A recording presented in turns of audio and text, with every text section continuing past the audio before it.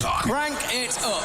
102.5 and 106.3. Rebound on the score. Make every play perfect. Touchdown, Middle Tennessee. We're going to win the game. A Cromwell media station. Where you have a voice. He had a competent coaching staff. You just play terrible and you keep playing. And we have strong opinions. What a whiny freaking crybaby response. This is Stillman and Company with Jared Stillman on Nashville's best sports talk, 102.5 and 106.3 The Game and the Game Nashville app. Stillman and Company, 102.5 or 106.3 The Game. Streaming live on Twitter, Twitch, YouTube, and Facebook Live. Thanks to Superbook Sports, live from the Hiller Plumbing, Heating, Cooling, and Electrical Studios. It feels so good to be back. Ian is here today. Hello, Ian. What up, what up? Welcome back. I feel like it's good to be back in here. It's good to be back on the show. It's good to be back. We'll be keeping our eye on Vol baseball, by the way, as Tennessee baseball gets set to take on, or get set. They are taking on Stanford right now, and I think they're going to lose. And I only say that because they're down 2-0 in the bottom of the third. I think they're going to lose because in the top of the first inning, I saw bad base running, and then in the bottom of the first inning, I saw bad defense. And when I see bad base running and bad defense, I just know deep down inside you're not going to win. Make it 3-0. 3-0. So Tennessee baseball is going to lose. I'm sure that there will be a lot of people that are upset about that. Tennessee baseball should never have been in Omaha anyway, so good for them. But where we start is where we left off. It seems as if this story continues and continues and continues, and that is DeAndre watch. This is DeAndre Watch 2023. Okay. We're following the latest today with DeAndre Watch, which is DeAndre has visited the Titans, and he did not sign a deal. DeAndre has visited the Patriots, and he subsequently did not sign a deal. And so now DeAndre, according to his Instagram yesterday, was in Los Angeles, California, watching people play racquetball, I believe was what he was watching. In fact, let me go ahead and take a look at the latest DeAndre Instagram to see if there's any clue as to who or where or what or why or how he could be operating. But we will keep on with the keeping on. And I keep wondering this about DeAndre Hopkins. And that is, what is taking so long? Like, why is this continuing to be dragged out? Why is this story not over? You know, what is going on? He's taken his visits. I mean, shouldn't that be it? Like, okay, there's two teams that want me. I went and visited both of them. I went and I like this about the first team. I like that about the second team. And yet there is still no resolution. And as Mike Lombardi pointed out on the Pat McAfee show on Friday, there's a reason why the DeAndre sweepstakes is not over. And I think there's a reason why when it comes to both teams.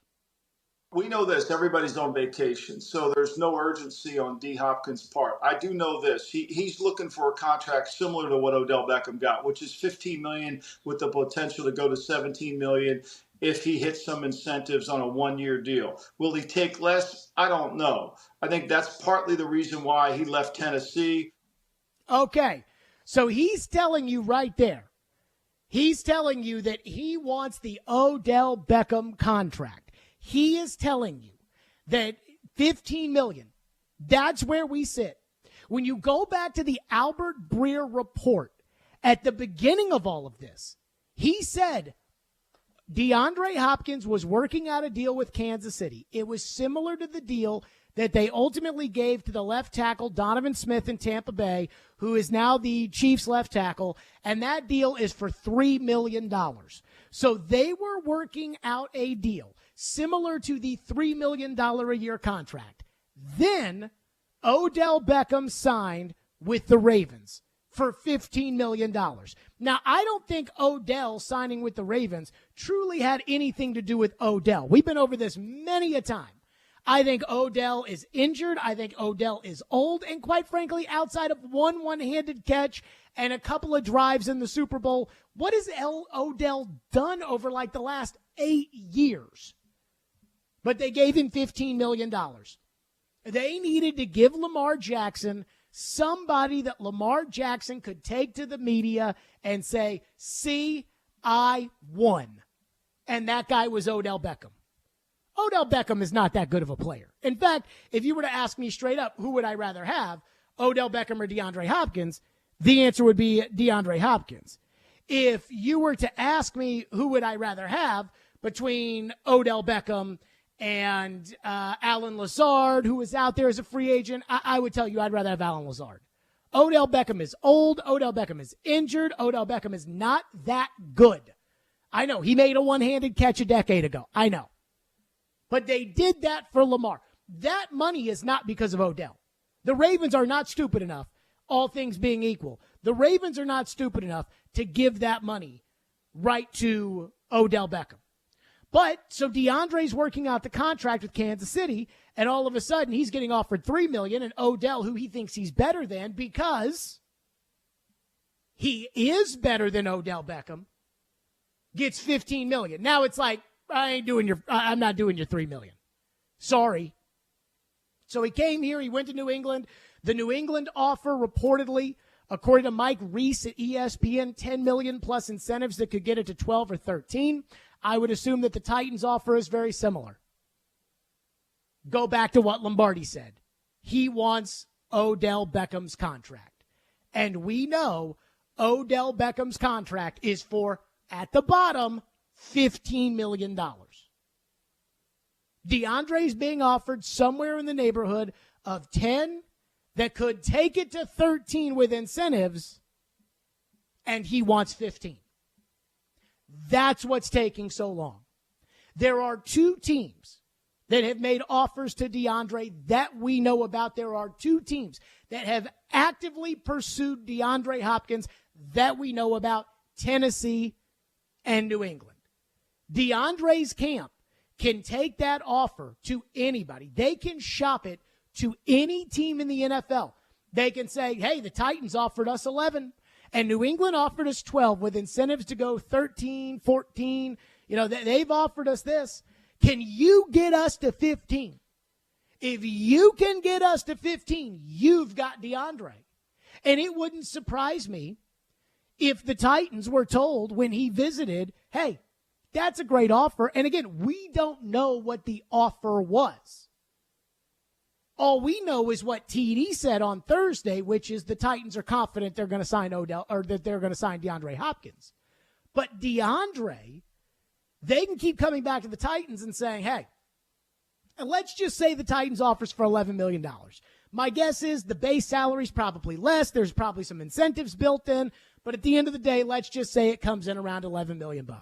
And I don't get too into the incentives because while I like the idea of wooing DeAndre Hopkins on incentives to say, hey, if you're still DeAndre Hopkins, then we'll pay you like you're DeAndre Hopkins. I don't think DeAndre Hopkins has been around the block. I think DeAndre is more worried right now about the money that's going in DeAndre's pocket. And that is the veteran in him, and that is the negotiating that they do at these times. But I think what they're looking at is they're saying 15. And the Titans are saying, again, just using this, 11. One side says 15, one side says 11. And now there's no deadline that forces this deal to get done. And that's what's taking so long. DeAndre probably took those visits because he wasn't getting the money he wanted, which Lombardi says is Odell's contract. He took the visit to Tennessee. He took the visit to New England. He flirted with both of them on social media. Shows the picture of him in the Sprinter van when it comes to the Titans. Immediately, his camp turns around and tells Jordan Schultz, it was a great visit. He goes to New England. He puts up La Familia with Matthew Judon. But he doesn't sign. He's probably trying to spark up more interest. Probably trying to let people know these teams want me for $11 million. Are you sure you want me going to Tennessee for $11 million? Because you can still sign me. You can come in today. It's only a $3-4 million difference. And I'm not going to lie to you. I've looked at it like that. I would not pay $15 million for DeAndre Hopkins. I told you guys when this started, I said DeAndre has to have a wide receiver 2 salary. Now, $15 million is not a wide receiver 1 salary because, the AJs and the Cooper Kupps and the Tyreeks and they're in the 30, they're 25 to 30 range. But if they give DeAndre $16 million or $15 million, then I feel like the expectations are you got to pay what you owe with that. If they give DeAndre $12.5 million, then there is a feel that that's more of a prove-it offer. And so when this all started, I said I would not give DeAndre Hopkins $16 million. I would not give DeAndre Hopkins high-end money. 12.5 is not high-end. So if the Titans are at 11 or 12.5 like I am, if the Titans are there, DeAndre's camp is probably saying, $3 million. It gets it done. That's a Jeff Swaim. You're going to tell me that you're going to let a Jeff Swaim get in the way between you and DeAndre Hopkins, the piece that this offense is missing? And I think the answer there is yes. The line has to be drawn somewhere. There have to be boundaries set somewhere. This is somewhere. He wants 15. Patriots aren't offering it. You're not offering it. Mark Dominic came on the show last week, former NFL general manager. He floated out the idea that Vrabel and Belichick could, in theory, be colluding again. He didn't accuse anybody, just saying they could. If that's the case, then they're both going to wait for that price to come down. But that's what's taking so long. That's what the stalemate is. It's a 3, 4, at best $5 million gap between the Titans and DeAndre, maybe even New England and DeAndre. And they're kind of hoping to see if they can wait you out and get you to sacrifice that $5 million. And I don't care about the money because it's not my money and the cap is fake. But at the end of the day, I do believe in principles, and my principle is DeAndre is a $12.5 million play. I told you the value of DeAndre is 875. So that's what he is. I'm not giving him $15 or $16 million. Not happening. 615-737-1025. If you want to weigh in on the program today, 615-737-1025. Now, the Patriots. There is some, I don't think I wouldn't call it movement with the Patriots, but there is a lot of chatter about the Patriots, and there is something that went down with the Patriots, so we'll get to that next. 615-737-1025. You can get your phones in today if you want. 615-737-1025. We are streaming live on Twitch, Twitter, YouTube, and Facebook Live every day. And our video streaming is brought to you by Superbook. Download their app today. Use promo code THEGAME. Yes, I know I look like a floating head. We'll work on that. Stillman and Company. By the way, catch the Rackley Roofing 200, Tennessee Lottery 250, and the Ally 400 on 102.5, 106.3 The Game, June 23rd through the 25th. And coverage is presented by Rich Mar Florists, a top 100 florist company in the country and a proud sponsor of the Nashville Super Speedway. Stillman and Company, 102.5, 106.3 The Game. At Nashville Super Speedway, Chase Elliott wins. The NASCAR Cup Series is ready to invade the Music City June 23rd through 25th. We have you covered for the Ally 400 with driver interviews, reports, and all 3 days of racing. It's presented by Richmar Florist, family owned since 1955. Learn more at richmarflorist.com. We are your racing station, 102.5 and 106.3 The Game and the Game Nashville app. Hey, Ray Jeter here with Harness. Are you looking to take ownership in a position that will support your growth and development? We are an excavation and site utilities contractor. Several things set us apart from our competition, but we take the most pride in the professional development of our people. We have multiple openings for operators, pipe layers, and laborers. Our pay and benefits are second to none, including our 401k program. Apply today at selectharness.com. Harness LLC. Build people, move dirt. What's up, everybody? Michelle Knezovic here for Superbook Sports. Bring that big bet energy this summer with Superbook Sports. Superbook Sports is the most trusted name in the sports betting world. And right now, if you use the promo code THEGAME, THEGAME, to score up to $250 with their best first bet bonus. Win or lose, they will match your first bet up to $250 with the promo code THEGAME. Simply visit superbook.com for terms and conditions or download the Superbook Tennessee app in app stores. Gambling problem? Call 1-800-889-9789. Mr. Clean, Mr. Clean. Of course I use Mr. Clean Magic Eraser to clean tough messes off my stovetop and bathtub. But then I discovered I can also use it to easily clean my patio furniture and even my shoes. I'm hooked. And when wipes won't cut it, I use Magic Eraser Sheets. They're thin and flexible erasers, perfect for everyday messes, like gunk on my counters and sinks. They really are magical. The reviews are in. Mr. Clean Magic Eraser and Sheets make cleaning look easy. Buffalo Bill's Center of the West in Cody, Wyoming welcomes you as you enter Yellowstone Park's East Entrance. 5 museums in one, including a wonderful Plains Indian Museum. Welcome to the West. Buffalo Bill's Center of the West, Cody, Wyoming. AM radio provides always-on news, sports, talk, traffic, and weather reports. And it's also a vital service that provides important emergency information when your community needs it most. Tell Congress you need AM radio to stay in your car. Because when cell phones and the internet are down, this free emergency service is critical. And when you don't have electricity, radio in the car is often your only lifeline. Text AM to 52886 and tell Congress we need AM radio in cars. This message furnished by the National Association of Broadcasters. Want to see our smiling faces? You can watch us on Twitch, Twitter, YouTube, and Facebook Live. We are good to go. Presented by Superbook Sports, voted #1 sportsbook in Vegas. Strong opinions and a strong personality on your drive home. This is Stillman and Company on 102.5 and 106.3 The Game and the Game Nashville app. I'm a little intrigued by some of this DeAndre Hopkins news. It seems that things could be trending in the right direction. He's been here for a day plus. What are you hearing on the Hopkins front? Boy, that really sounds like a development, too, honestly, to interject with what you just mentioned, because why would DeAndre Hopkins post something like that on social media and say, hey, he's not going to say, hey, I'm stringing teams along out here. So I think that's a positive development. And, what I hear is the team is, I think people in the building are still wary to an extent of the culture fit. I mean, how much does he want to practice? What kind of hoops are the Patriots themselves going to have to jump through to accommodate the way he likes to approach the game?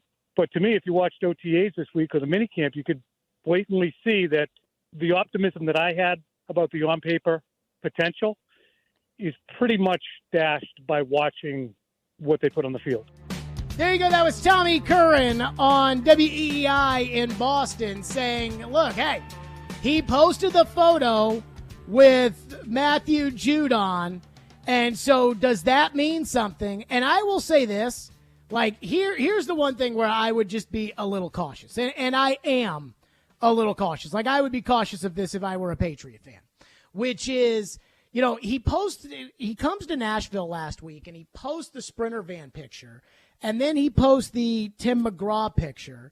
And so after they do that, all of a sudden, there's, he went to CMA Fest, blah, blah, blah. Then he goes to New England, and he posts the picture with Matthew Judon and the caption La Familia. And everybody says, that's it, done deal. It's over. He's going to be a Patriot. It's done.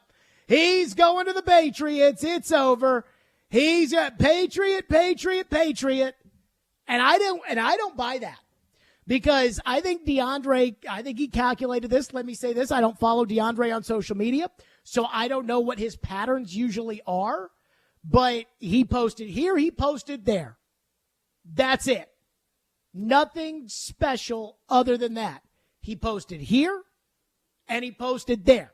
And instead in New England, it's like, he posted with Judon, that's it.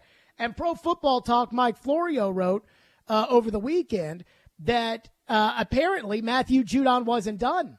Apparently Matthew Judon tweeted out just cryptically, quote, GM of the year with a question mark, which of course led everybody to wonder, does that mean that he's bragging about getting DeAndre Hopkins to come there?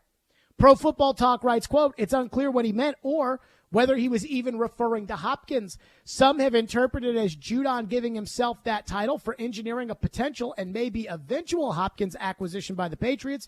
Judon then posted a funny GIF with the retweet of someone who said, not yet, you haven't done anything.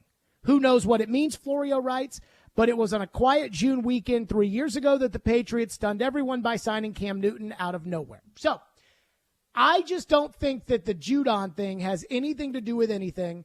I think I believe this. DeAndre took his visits because he wanted to drum up some interest.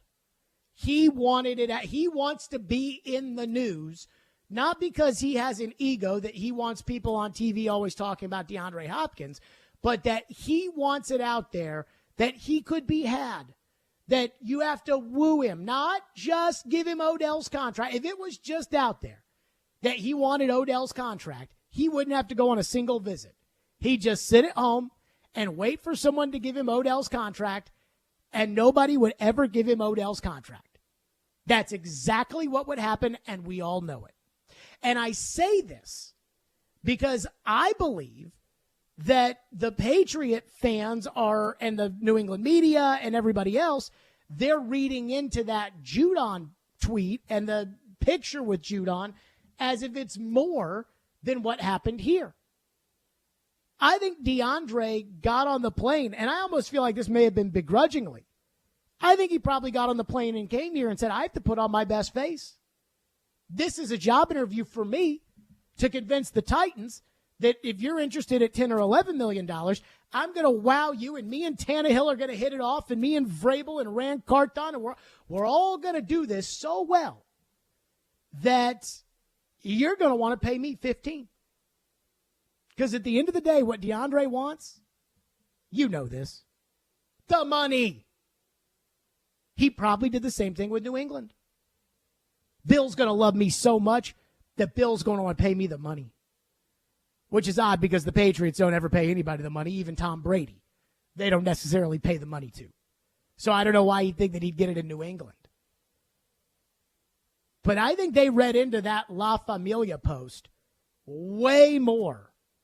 Because, I was off Friday, but on Thursday night, Thursday evening, I was out at my grandma's last week, and my grandma's is about an hour away from the Hard Rock Casino out there in Fort Lauderdale.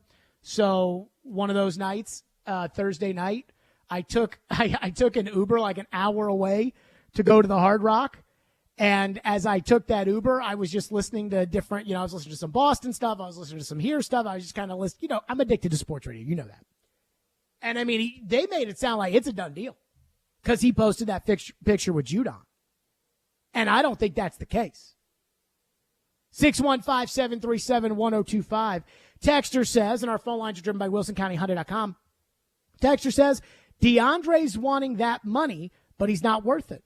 I would love to have him in Tennessee, but not for what he wants. Maybe $8 million tops. Congratulations, Texter. You've lost DeAndre Hopkins to the Patriots. If Mike Reese's offer is report of the offer is correct, and I'm going to assume that it is, considering in Boston they call Mike Reese the third Kraft son.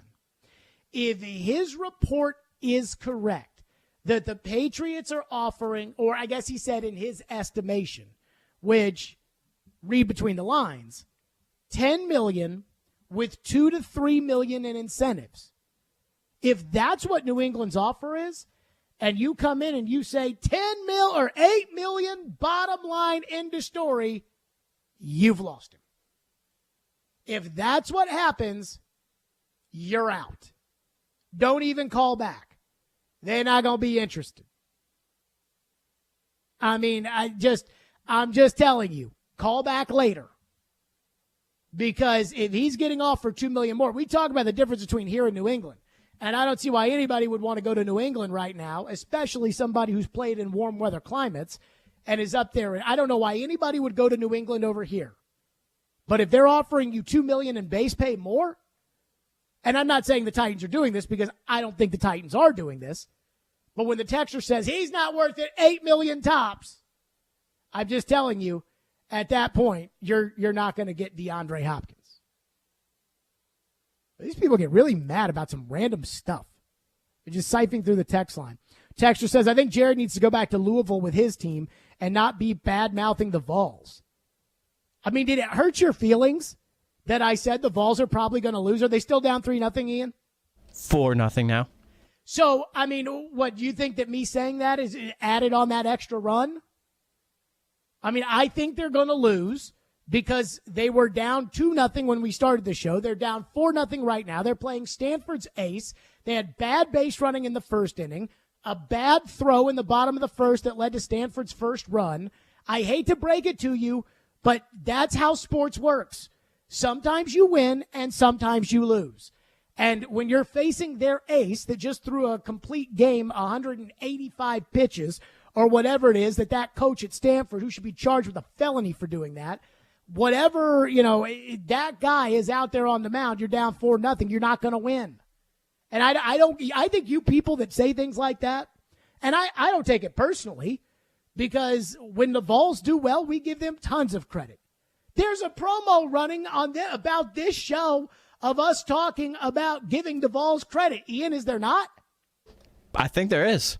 I mean, there's a promo that's like, I know everybody thinks that I just badmouth the Vols, but here's the deal. And, I mean, so. You said you were rooting for them. I was, but that doesn't mean that they're going to win. I root for the Titans and the Predators. That doesn't mean that they're going to win. I root for the Atlanta Braves. That doesn't mean that they always win, although they do win a lot. But, I mean, gosh, like, be more sensitive. Some of you people, I swear, some of you people cannot live with the idea that your team's not going to win every game. I do not understand it. Like, I don't get this idea. Titan fans, at least Titan fans. Now, Titan fans, sometimes they're too over the top. Talking about needing to tank for Caleb Williams and do this or do that and everything else. And Texter says, I think you said that they didn't deserve to be in the College World Series. Did I say that? I think you might have kind of quickly mentioned that at the beginning of the show, yeah. I mean, this Tennessee team was not a College World Series type team. This is not last year's Tennessee team, folks. But this idea of, like, bad-mouthing the Vols, get over it. 615-737-1025 is our phone number, 615-737-1025. If you're the Titans and you're confident you're going to sign DeAndre, there is something that happened over the weekend that might be a big problem. We'll get to that coming up next. Stillman and Company, 615-737-1025. We will be live at First Horizon Park for Sounds Baseball homestand this week. Tune in tomorrow at 6:35 on 94.9 The Fan as the Sounds take on the Norfolk Tide, the AAA affiliate of the Baltimore Orioles. Sounds Baseball on 94.9 The Fan, presented by 302 Pizza Company, Farm Bureau Health Plans, and Family Leisure. All the big plays. Henry up the middle. Puts a little move. 10-5. Touchdown. All the big stories. Should the Titans go after DeAndre Hopkins? All in one place. We are Nashville's best sports talk. 102.5 and 106.3. Touchdown, Tennessee. I want to give you the best players. Ryan, go ahead. Does he want to retire a Tennessee Titan? The door's on the board. The Game and the Game Nashville app. The choice is yours, Wednesdays at 8:45. Brought to you by Jarrett Companies. Now hiring experienced sprinkler experts. Go to jarrettfire.com. JARRETT fire.com. Jarrett Companies, a company above and beyond industry standards. Because we work so hard for our customers, people are driving for hours to shop at Genesis Diamonds right now, taking advantage of the lowest interest rate on the planet. 0 interest for 5 years with nothing down. How about a $6,000 GIA certified diamond for just $100 a month? Pear shapes, rounds, even oval diamonds are all included. You can even finance the sales tax. All designer jewelry and all lab-grown diamonds included. Don't miss this amazing opportunity. 5 years, 0 interest financing, exclusively at Genesis Diamonds, Green Hills and Cool Springs. Approved credit, see store for details.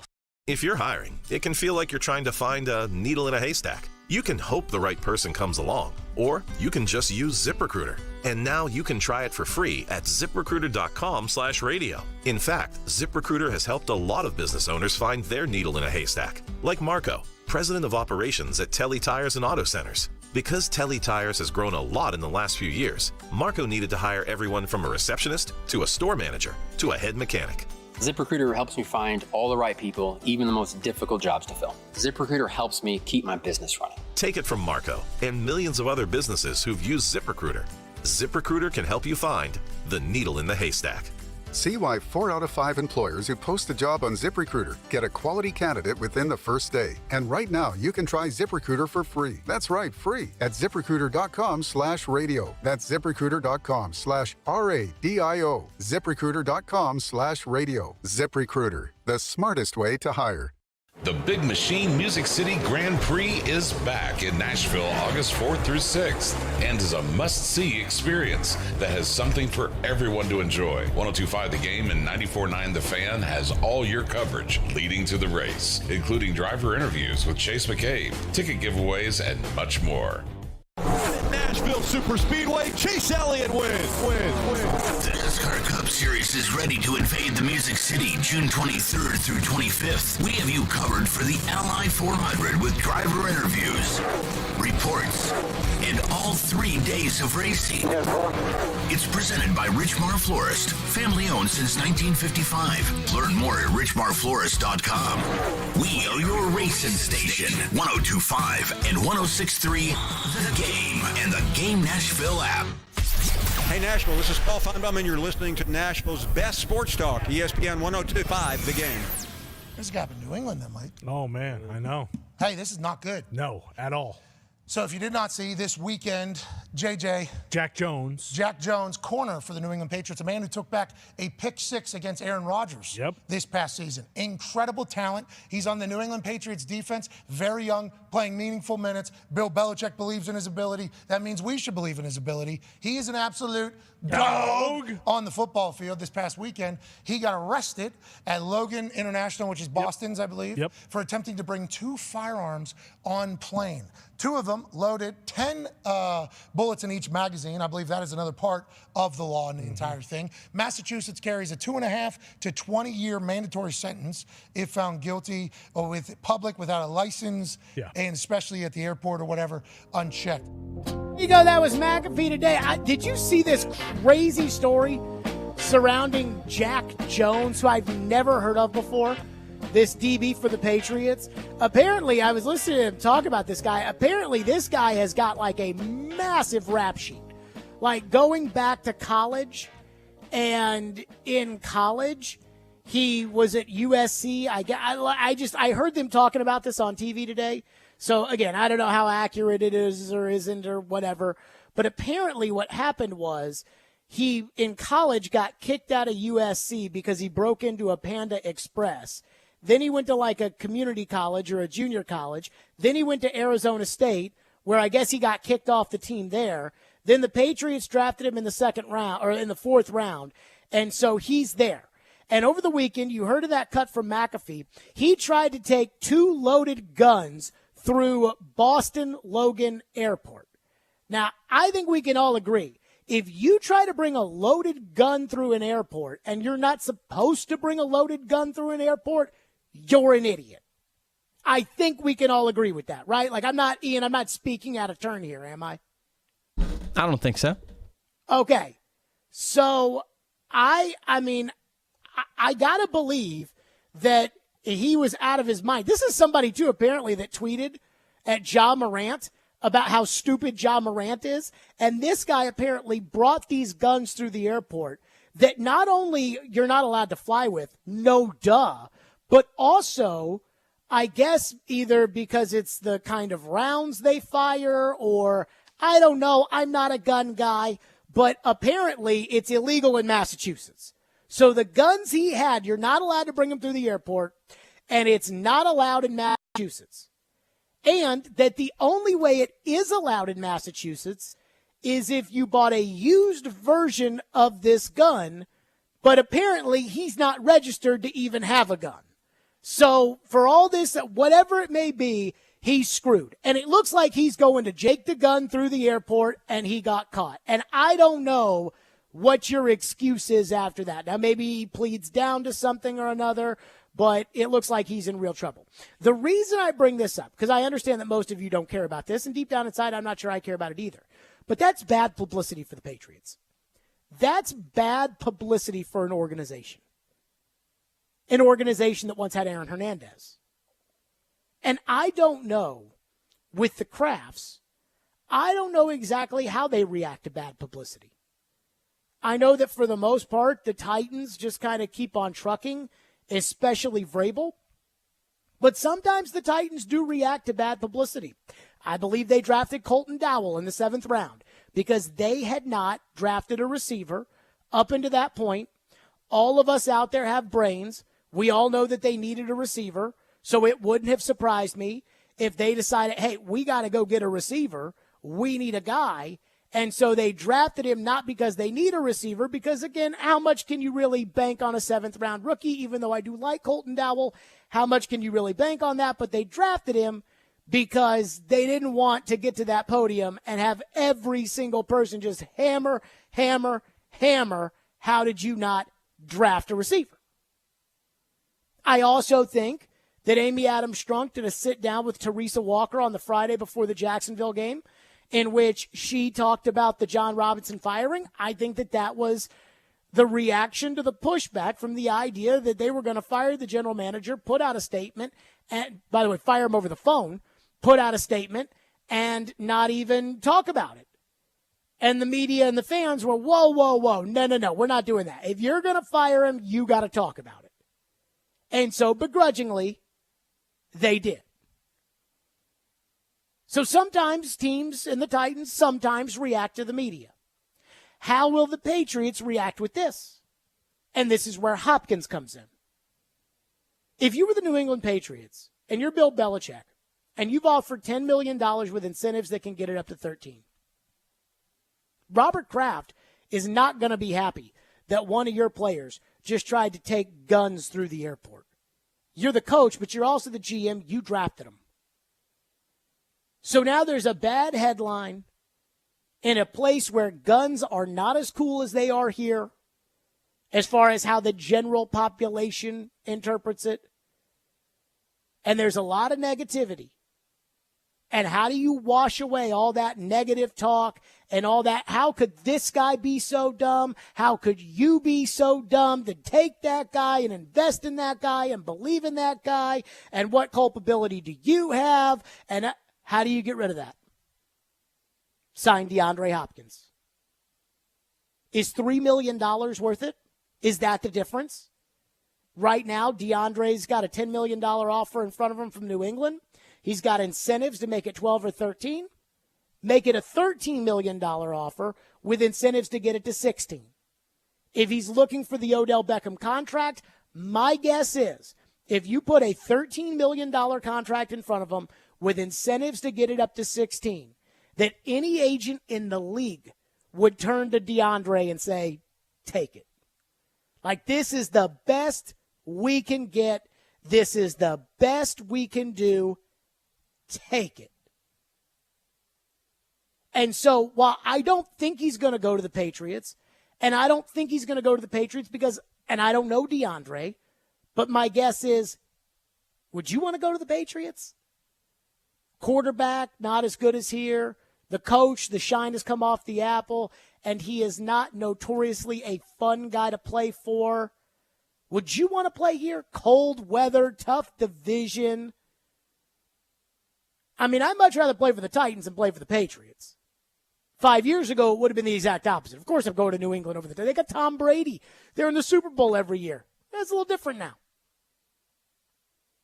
But if money is the most important thing to DeAndre, and we have a pretty good feeling it is, and TD, who says the Titans are confident that they're going to sign him, TD says that that's the case, then I would worry about the wild card here, which is, does this story, this incredibly embarrassing story, we talk about the stupid stuff that Isaiah Wilson did when he was a Titan and how embarrassing it was that the Titans in their pre-draft process didn't figure out that, this guy's off his freaking rocker.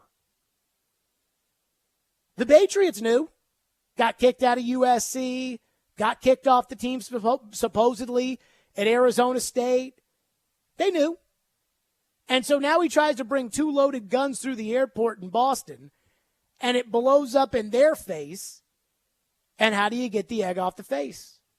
You move the target. You move the discussion. You move it all. What you do is you change the discussion by signing DeAndre Hopkins. And once you do that, nobody in your city or even outside the city or nationally will be thinking anything of Jack Jones. And is that worth $3 million? And not is that worth $3 million to Robert Kraft, but is that worth $3 million, or excuse me, to Bill Belichick, but is that worth $3 million to Robert Kraft? That's my question. Texter into the text line says, as a gun guy, you're an idiot if you carry a loaded firearm into an airport. Texter also says, so you think firearms aren't popular in Boston? That is hilarious as well as uninformed. I think that firearms aren't as popular in Boston as they are in Tennessee. Am I off on that? Is there like some kind of poll that I need to look at that tells me if it's, that firearms are more popular there than they are here? I really struggle with the idea that firearms are more popular in Boston, in Massachusetts, than they are here. Now, crazier things have happened, but, here, if a politician says they want to do something with gun, people go crazy. There, they actually have laws in place, and he broke them.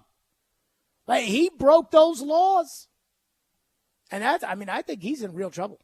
615-737-1025 is our phone number, 615-737-1025 if you want to weigh in on the program.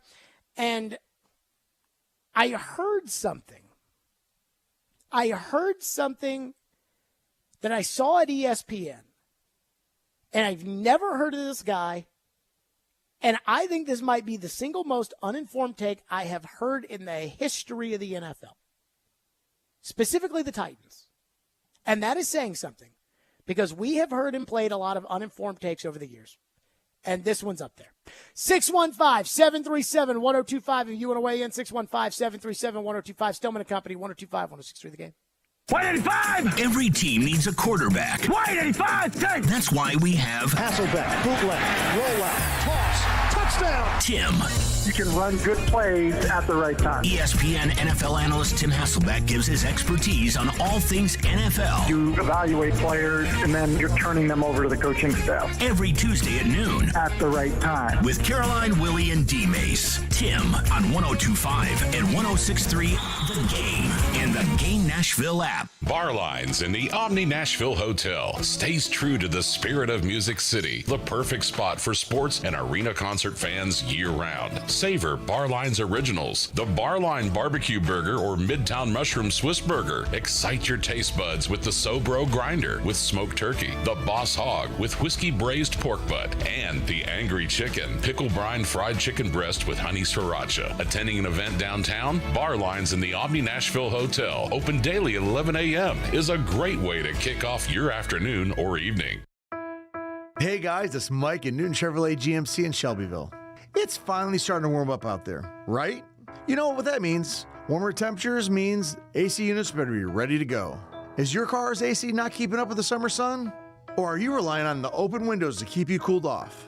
Maybe it's time for an upgrade. And we've got you covered like sunscreen on a lifeguard's nose. If you're looking for a reliable used car, we've got them starting at just $9,000. And most of our used vehicles are covered with the Newton's Certified Pre-Owned Warranty, so that you'll have even more peace of mind. If you want more of an upgrade, our new car selection of Chevys and GMCs is waiting for you. From trucks to reliable SUVs and everything in between. And on certain Chevy units this month, you won't have to make a payment for 90 days. Don't keep sweating your way through summer. Get a great AC upgrade from Newton Chevrolet GMC in Shelbyville, Tennessee today. Visit NewtonChevroletGMC.com today. That's NewtonChevroletGMC.com. Willie Donick here for Pella Windows and Doors of Nashville. The official brand perception report is in, and the Pella Windows and Doors brand is #1 for the most trusted, most often recommended by others, and highest quality. Nashville area homeowners are very lucky because Pella Windows and Doors of Nashville is one of the top locations in the country. They provide award-winning excellence when it comes to craftsmanship and installation. If you need new doors or windows, I suggest you choose the experts at Pella Windows and Doors of Nashville. Go to PellaofNashville.com. Richmar Florist is family-owned and operated since 1955 and one of the top 100 florist companies in the country, providing their customers with quality flowers sourced from around the world and handcrafted floral arrangements. Richmar Florist is a proud sponsor of NASCAR and the Nashville Superspeedway, proudly serving the stars of NASCAR, IndyCar, and Hollywood, such as Elton John, Ozzy Osbourne, Alexander Rossi, Dale Earnhardt Jr., and many more. Learn more at richmarflorist.com. Richmar Florist, Pennsylvania-based, Tennessee strong. They combine hard-hitting journalism. The Titans asked Kevin Byard to take a pay cut. Strong-willed opinions. There's hot takes and then there's like weird takes. Yeah. This is a weird take. And sometimes some old man takes. I'm excited about it. So do I gyrate embarrassingly? To create the perfect morning show, they are Robbie and Rex Road. Mornings from 6 to 9. Presented by TJ Anderson Homes of Benchmark Realty on 102.5 and 106.3 The Game and the Game Nashville app. You're listening to Stillman and Company on 102.5 and 106.3 The Game and the Game Nashville app. Okay, so the Tennessee fans that got mad because I said earlier today in the program that I said that I didn't think they were going to win. They were down 4-0. They got mad. I said that they didn't belong in the World Series anyways, which, again, that's like the Titans the year that they had Mariota throw a touchdown pass to himself that beat Kansas City and got to the divisional round. That team was not like a divisional round caliber team. They just got there. This Tennessee team, not that kind of team. Well, apparently they are coming back. They got the Jared Stillman kiss of good fortune by me saying they were dead. It was 4-0. Now it's 4-4, and Stanford has taken their big boy ace out of the game, who, by the way, honestly, I think that coach should be in serious trouble for how much he pitched him the other day, last week. But apparently 89 pitches, he's out, so they're into the bullpen in the top of the fifth, and Stanford's making the change. So if you're one of these Tennessee fans that got all sensitive about what I said, and the text line was just filled with people who were sensitive about me saying that Tennessee was going to lose, congratulations to you. Texter says, good old Rocky Top ain't done yet. How about we let Tennessee take the lead before we start getting so excited about that? But, again, people are going to be upset about me talking about Tennessee. There's no way. I can say 100 good things about Tennessee. The one bad thing I say about Tennessee Tennessee fans jump on, and they are so, oh, you hate the Vols, you this, you that, so on and so forth. So I heard this take. Ian, you're a fantasy football guy. I'm not, admittedly, right? I do like fantasy football, correct. Okay, have you ever heard of this Daniel Dopp? He's on the ESPN Fantasy Focus podcast, I believe. So who the hell is this guy? I think he's on the ESPN Fantasy Football podcast. I think that's all he does. He's not, there's nothing special about him outside of that. I'm not sure exactly his title as far as analyst or analytics or anything like that. I'm not totally sure, but I do know he does that. According to LinkedIn, he is a digital audio producer at ESPN as of September 15th, 2013, serving as a podcast producer for ESPN in Bristol. Sounds about right, yeah.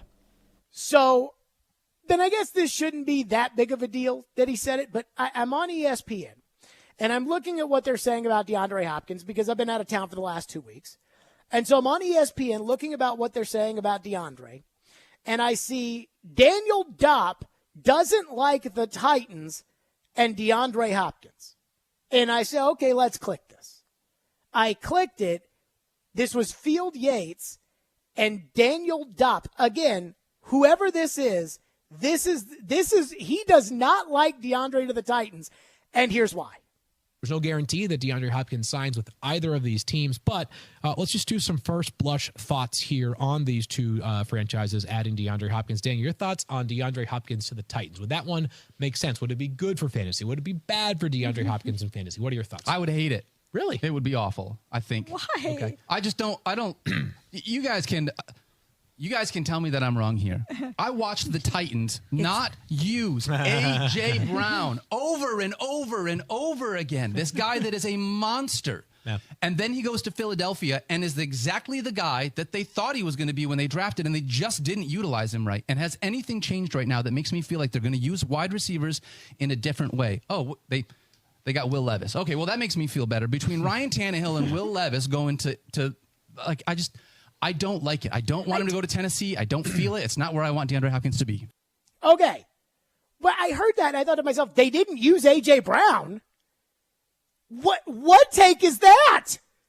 They didn't use A.J. Brown. I'm sorry. What? Did the years of which we watched Titan football where A.J. Brown had 1,000-yard seasons back-to-back to start his career, did those seasons just not happen? Like, did that year where A.J. was their number one receiver out of nowhere, out of the second round out of Mississippi, and they ended up in the AFC title game, and he averaged 20 yards a catch, and he broke like 5 big ones for touchdowns. Did that season just not happen? I'm just so tired of watching them not use A.J. Brown. And then he goes to Philadelphia, and look at what he did. And because he played in more games in Philadelphia. He played in 11 games as a rookie. He played in 12 games as in his second year. 13 games in 21. He played in 16 games last year. That's why A.J. Brown had more yards.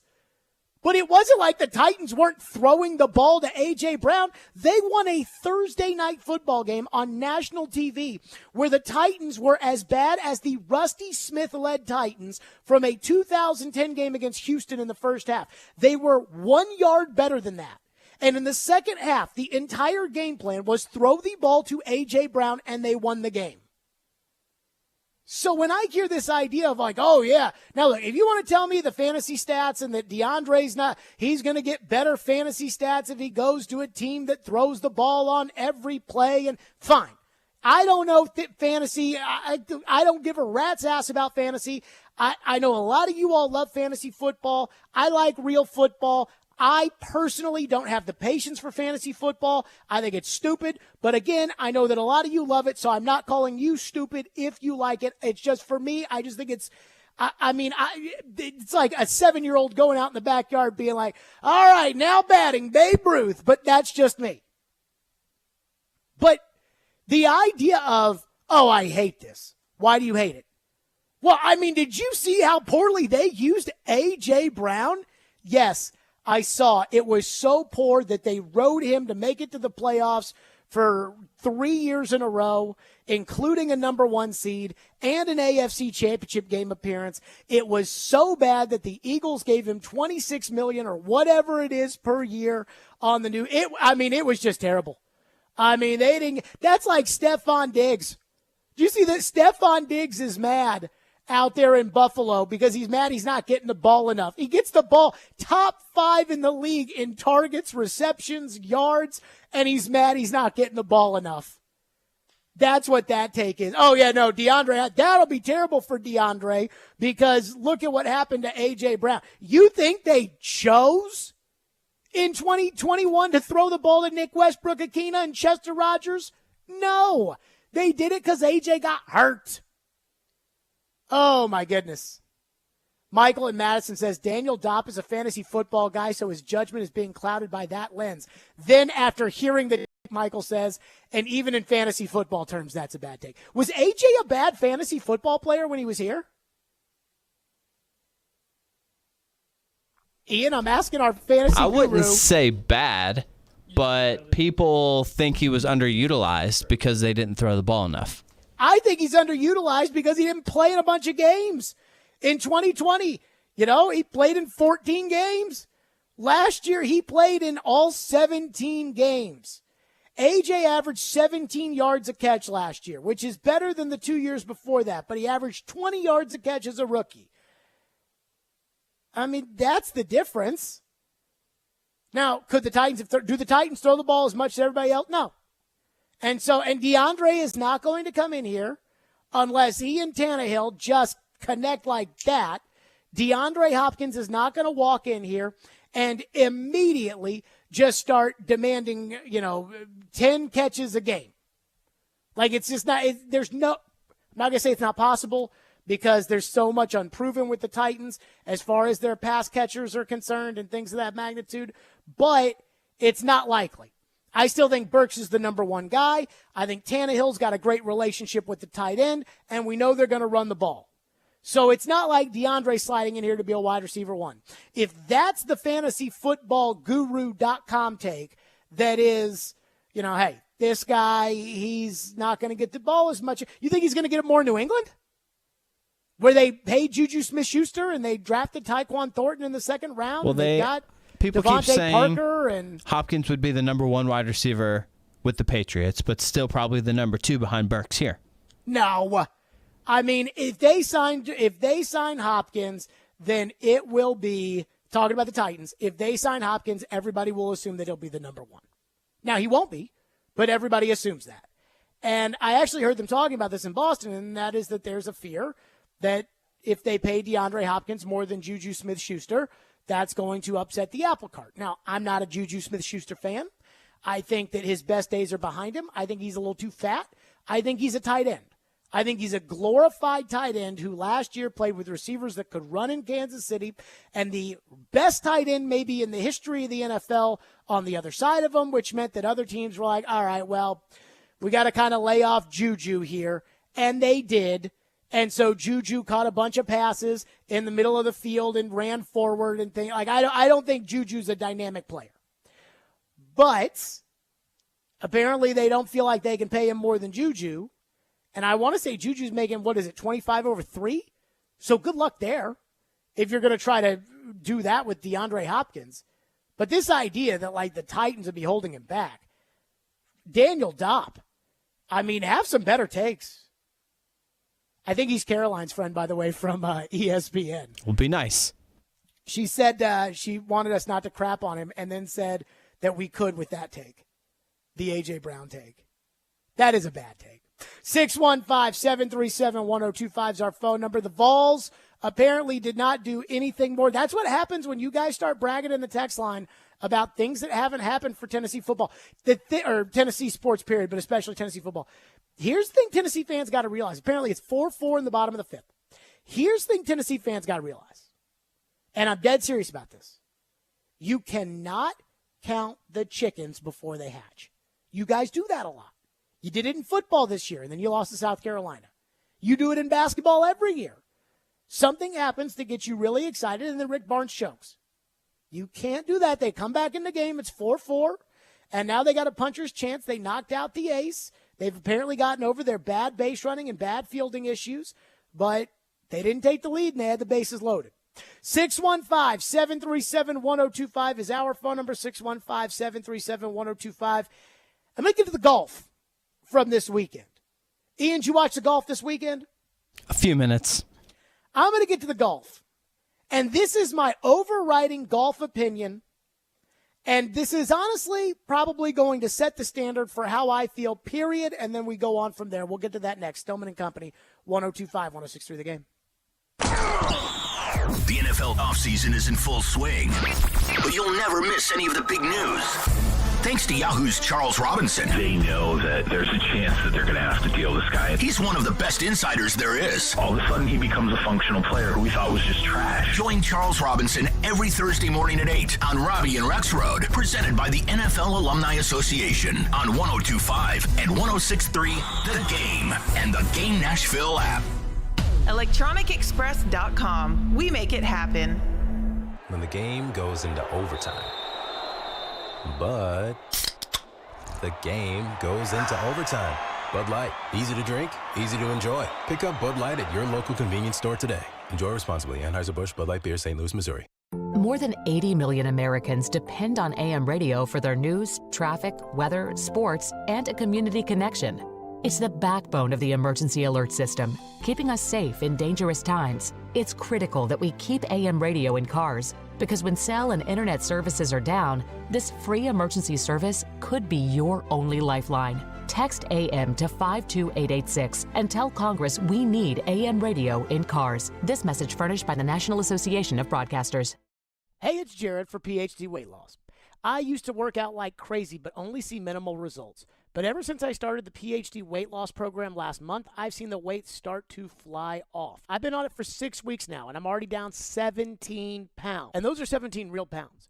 PhD weight loss is great because they send me 85% of the food, and even when I'm traveling, like I have been the last 2 weeks, I easily take all my food with me. It's really simple. Soups, cereals, oatmeals, protein powder. It's great. I have a great coach in Rachel who's helped guide me, build a nutrition program for me, and motivate me, all while holding me accountable. And I love that there are no pills, injections, or any kind of gimmicks. It's real food, and it's a real lifestyle. And that equals real weight loss. They've got a guarantee. If you don't get within 5 pounds of your target weight by the end of the program, PhD will continue to coach you for free until you do. Visit myphdweightloss.com to get started today. That's PhD Weight Loss, myphdweightloss.com.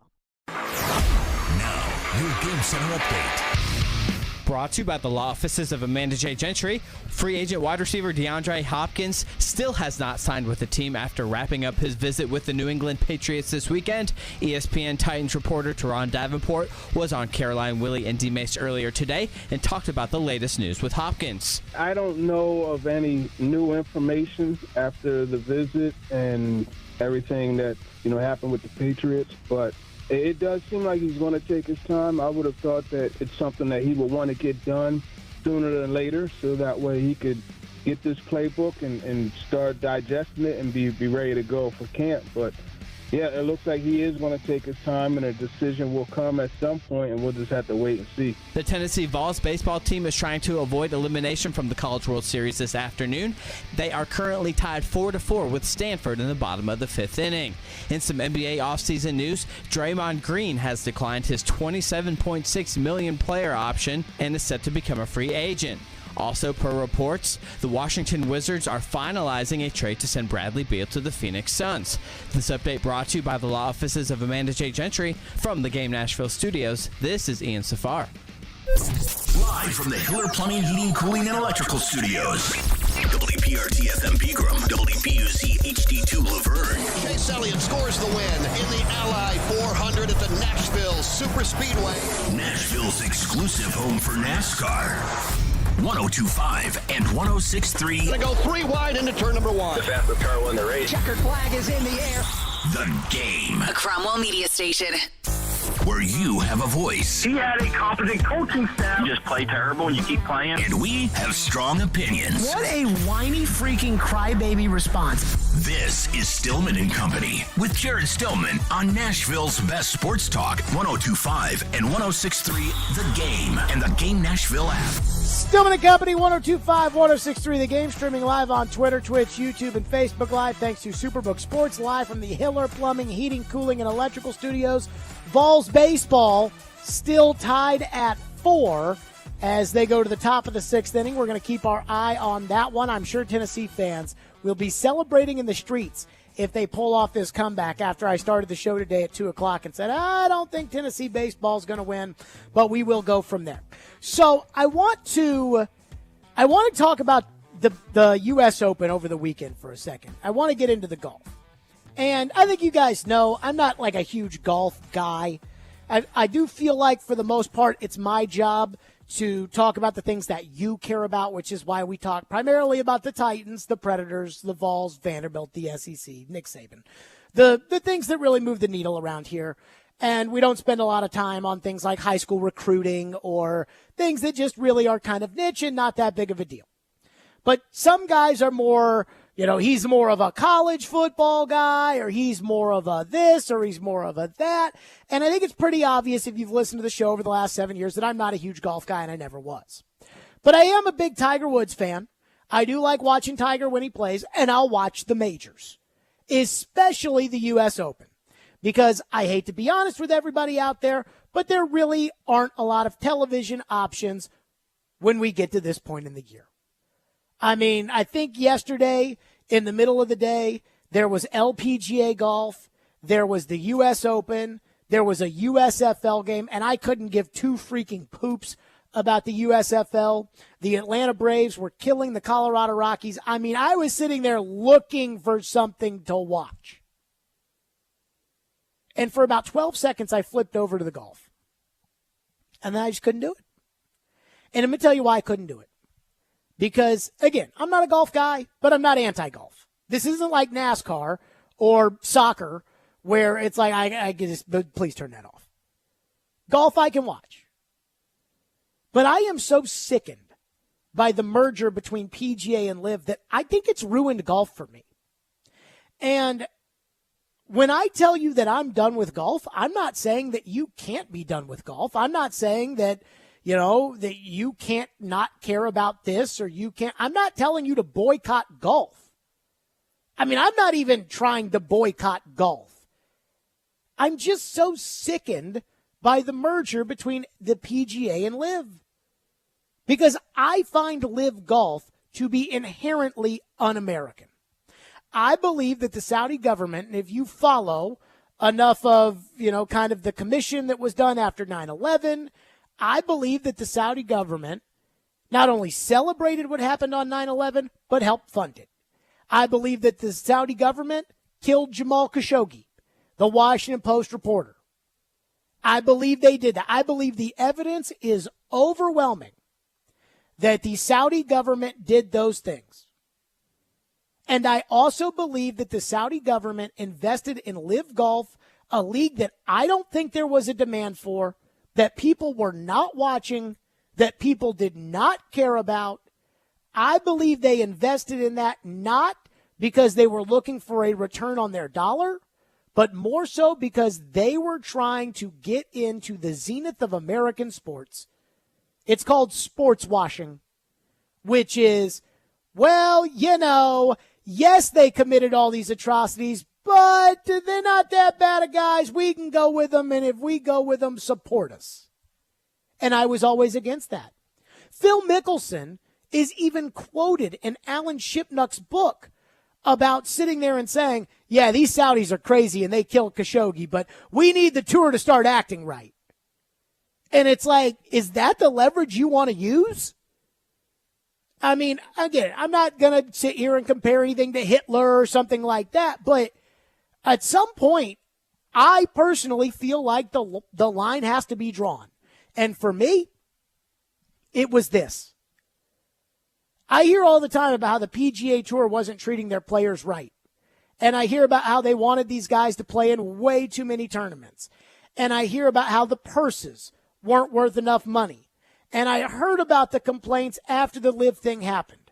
And if you're wanting me to tell you that everything was on the up and up with the PGA Tour, I'm not going to say that because I don't know. If you want me to tell you that I'm such a PGA Tour lifer that I'll watch the Valspar or the John Deere Classic or the Jared Stillman Open, that's not true either. But I at least had a little bit of respect for the PGA. I didn't watch it outside of the PGA Championship, but I at least had a little bit of respect. And I was on the PGA Tour side with all of this LIV versus PGA, and Jay Monahan said this, and Jim Nance on television said that, and I actively rooted against the LIV golfers. I was so happy when Brooks Koepka lost in the Masters. Certainly didn't like it when these guys are winning the PGA and the U.S. Open, but it is what it is. But then when they came together a couple of weeks ago, and they said, let bygones be bygones, and we're going to merge, and now we're going to put these LIV golfers on the PGA Tour events, and we're going to do it because it was so expensive that it would be so tough if we took on the I thought to myself, well, I'm not going to watch that. Golf is compromised. That's it for me. And so I'm sure this Wyndham Clark, who won the U.S. Open, I mean, I'll be the first to tell you, I've never heard of this guy before. But this Wyndham Clark, I'm sure he has nothing to do with the PGA and LIV and the Saudi government and the blood money and the everything else. But I can't watch. I'm just not in. It's just not there for me. I just can't bring myself. That's where I draw the line. Like that, this for me is it with golf. I'm out. Especially now that Tiger's probably never going to win anything ever again. And golf, and I know that they would never want to admit this, but they had a huge problem coming their way. And that is that when Tiger retired officially, the goose that laid the golden egg was gone. And I don't know what they're going to do to replace that because people are not turning on the TV to watch Jon Rahm. In fact, I thought it was very encouraging for golf that their Masters ratings were as good as they were on Sunday because it was, in my opinion, Jon Rahm good, who was not going to sell out to Live Golf, versus Brooks Koepka bad, who did sell out to Live Golf. And I think that kind of brought on a good versus evil. But now that they're together, it's just a bunch of sports washing and blood money. And before you say things like, well, Jared, what about the NBA's relationship with China? Let me tell you this. I don't like the NBA's relationship with China. I don't like the fact that LeBron James kowtows to China and everything that they do over there that I don't like. But it's not like China owns a team. In this case, the Saudi government, they are partners with Live Golf.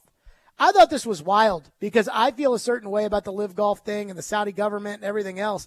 And during the Masters, when I did like 4 straight days, it was Easter weekend. And so I did like 4 or 5 straight days on Sirius because all those people were taking off time on Easter. And as the Jewish guy, I hand up, I'll do it. And I say this because I was kind of reading more about this kind of stuff, about Live and the PGA and everything else. And I saw that one of the people that I would deem the crazies in Congress, now I got to tell you what side of the aisle they're on, because I think there's crazies on both sides, but one of the crazies had an anti-Live Golf article based upon the Saudis, like an op-ed that they wrote. And I will tell you right now, like, I was totally on board. And that told me something that if me, who probably sees the exact opposite of everything, is one of these crazies, and we feel the same way about this, there is probably some truth to that feeling. So I'm not telling you to feel the same way I do about golf. I'm not telling you to feel the same way about the Saudi government that I feel, although I think the evidence is pretty obvious as to how we should feel about that. But if let's just say, because I know there's been some talk about, well, what if the Saudi government decided they wanted to spend $300 billion and buy the NFL? That'd be hard for me. Like, that would be, at that point, that'd be really, really hard for me. Golf, I'm not attached to. So it's very easy for me to golf. But that's how I feel. That's how I find this merger between the PGA and Live to be so reprehensible and so un-American that I'm not sure I'll ever be able to get over it. And that's too bad. And again, I'm not telling you to boycott golf. I'm not telling you how to think. But it wouldn't be the end of the world for me if that is how everybody felt. 615-737-1025 is our phone number. 615-737-1025. I have not checked your text line, but it would not surprise me if there were a lot of people in the text line that talked about the gas that we use in our cars. Well, I don't know where the gas comes from. But again, that's not an open partnership with the Saudi government. There's a difference. And that's what golf has embraced. And I can't get on board with that. 615-737-1025. Stillman and Company, 1025, 1063 The Game. He knows the ins and outs of the Titans and isn't afraid to give his opinion. Traylon Burks needs a massive offseason. He's Jonathan Hutton of Outkick. I don't see how they make a move without going to Ryan Tannehill. Catch him every Monday at 10:30 on Chase and Michelle, and every Wednesday at noon on Caroline, Willie, and D-Mace. Hutton is on 102.5 and 106.3 The Game and the Game Nashville app. Attention all fire and safety line experts. Middle Tennessee's fastest growing fire protection company is looking for experienced service technicians, designers, and sprinkler system experts like you. Tired of working for a large corporate employer? Work for a company where you're more than just a number. Jarrett Fire Protection is owned and operated by Nashville natives and wants to invite you to grow with their amazing team. Hi, I'm Jason Jarrett, owner of Jarrett Companies. I'm looking to hire experienced sprinkler experts and will offer a sign-on bonus of up to $5,000 $1,000 for certified professionals. In addition to our great benefits that include a 401k match, PTO, and top pay with annual bonuses, we will also provide you with the top-of-the-line tools, trucks, and equipment that you need to grow your career. Our customer base is large and business is booming with many opportunities for advancement. Give us a call or go online to jarrettfire.com and apply today to become a member of our family and protect our community. That's JARRETT fire.com. Jarrett Companies, where we are above and beyond industry standards. Are you drowning in credit card debt? Want to get cash out of your home's equity? Loan Pronto can do it now in less than a week. Hey, Willie Donick here. That's right. Loan Pronto's Equity Express line of credit just got even faster. You can get $50,000, $100,000, even $200,000 in as little as 5 days. You don't even have to touch your primary mortgage. You can keep that 3% rate intact. Get just the money you need and pay off all those credit cards or get that home improvement project started. With this revolutionary program, you can access up to 90% of your home's value, and in most cases, there's no appraisal. Stop paying insane interest rates to the credit card companies and get tens or even hundreds of thousands of dollars in cash in as little as 5 days. Call Loan Pronto now for the even faster Equity Express line. 615-499-5780. That's 615-499-5780 or go to loanpronto.com. 615-499-5780. Equal Housing Lender, NMLS 1661781, subject to lender approval. Hey y'all, it's Courtney with Parman Tractor and Equipment. Warmer months have you working overtime? Be sure to visit Parman Tractor and Equipment for all your New Holland tractor and bush hog needs. Swing by our store at 3570 Dickerson Pike in North Nashville or give our sales team a call. We're now offering 0% financing for 72 months on select New Holland tractors. Get the brands you trust from a local dealer like Parman, always ensuring totally outrageous customer service. Visit ParmanTractor.com for the best deals on equipment, New Holland tractor, bush hog, and more.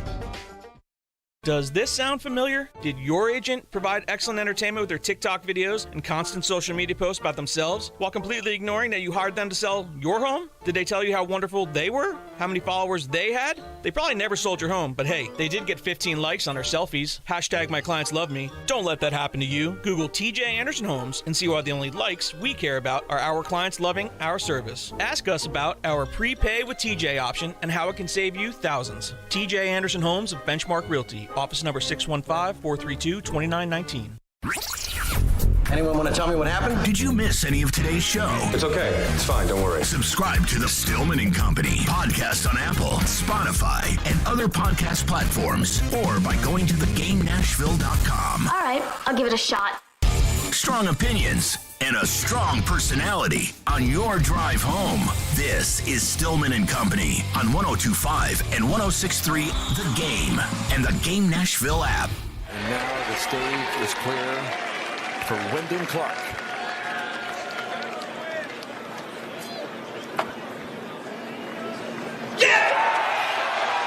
Who takes down all the stars in Los Angeles to win the United States Open. That's his girlfriend, Alicia. The whole family's here. And you bet his mom is watching down from high above. It didn't come easy, Dan. Not today. Nothing came easy for him.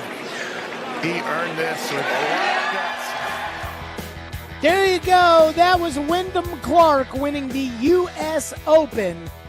And like I said, I got nothing against Wyndham Clark, because he's not the one who went to the Saudi government and pitched the idea about whitewashing their atrocities with golf in America. So I'm not going to be upset at Wyndham Clark.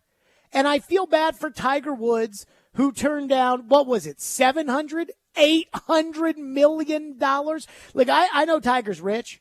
And so, I mean, I saw Tiger's yacht the other day. I mean, it is freaking massive. So I know that Tiger doesn't necessarily need the money. But at the same time, $700, $800 million is still $700 or $800 million. And Tiger turned it down. Rory McIlroy has been kind of the voice of lives bad, lives evil. The PGA's got its problems, but if you're going to live, you're turning your back on it. I think he came out when they made the merger, and he said, hey, I don't like it, but it is what it is. And that's how I feel. The difference between me and Rory is that I don't play golf to survive. Like, that's not my livelihood. that is his. So he's going to suck it up. He's going to not like it.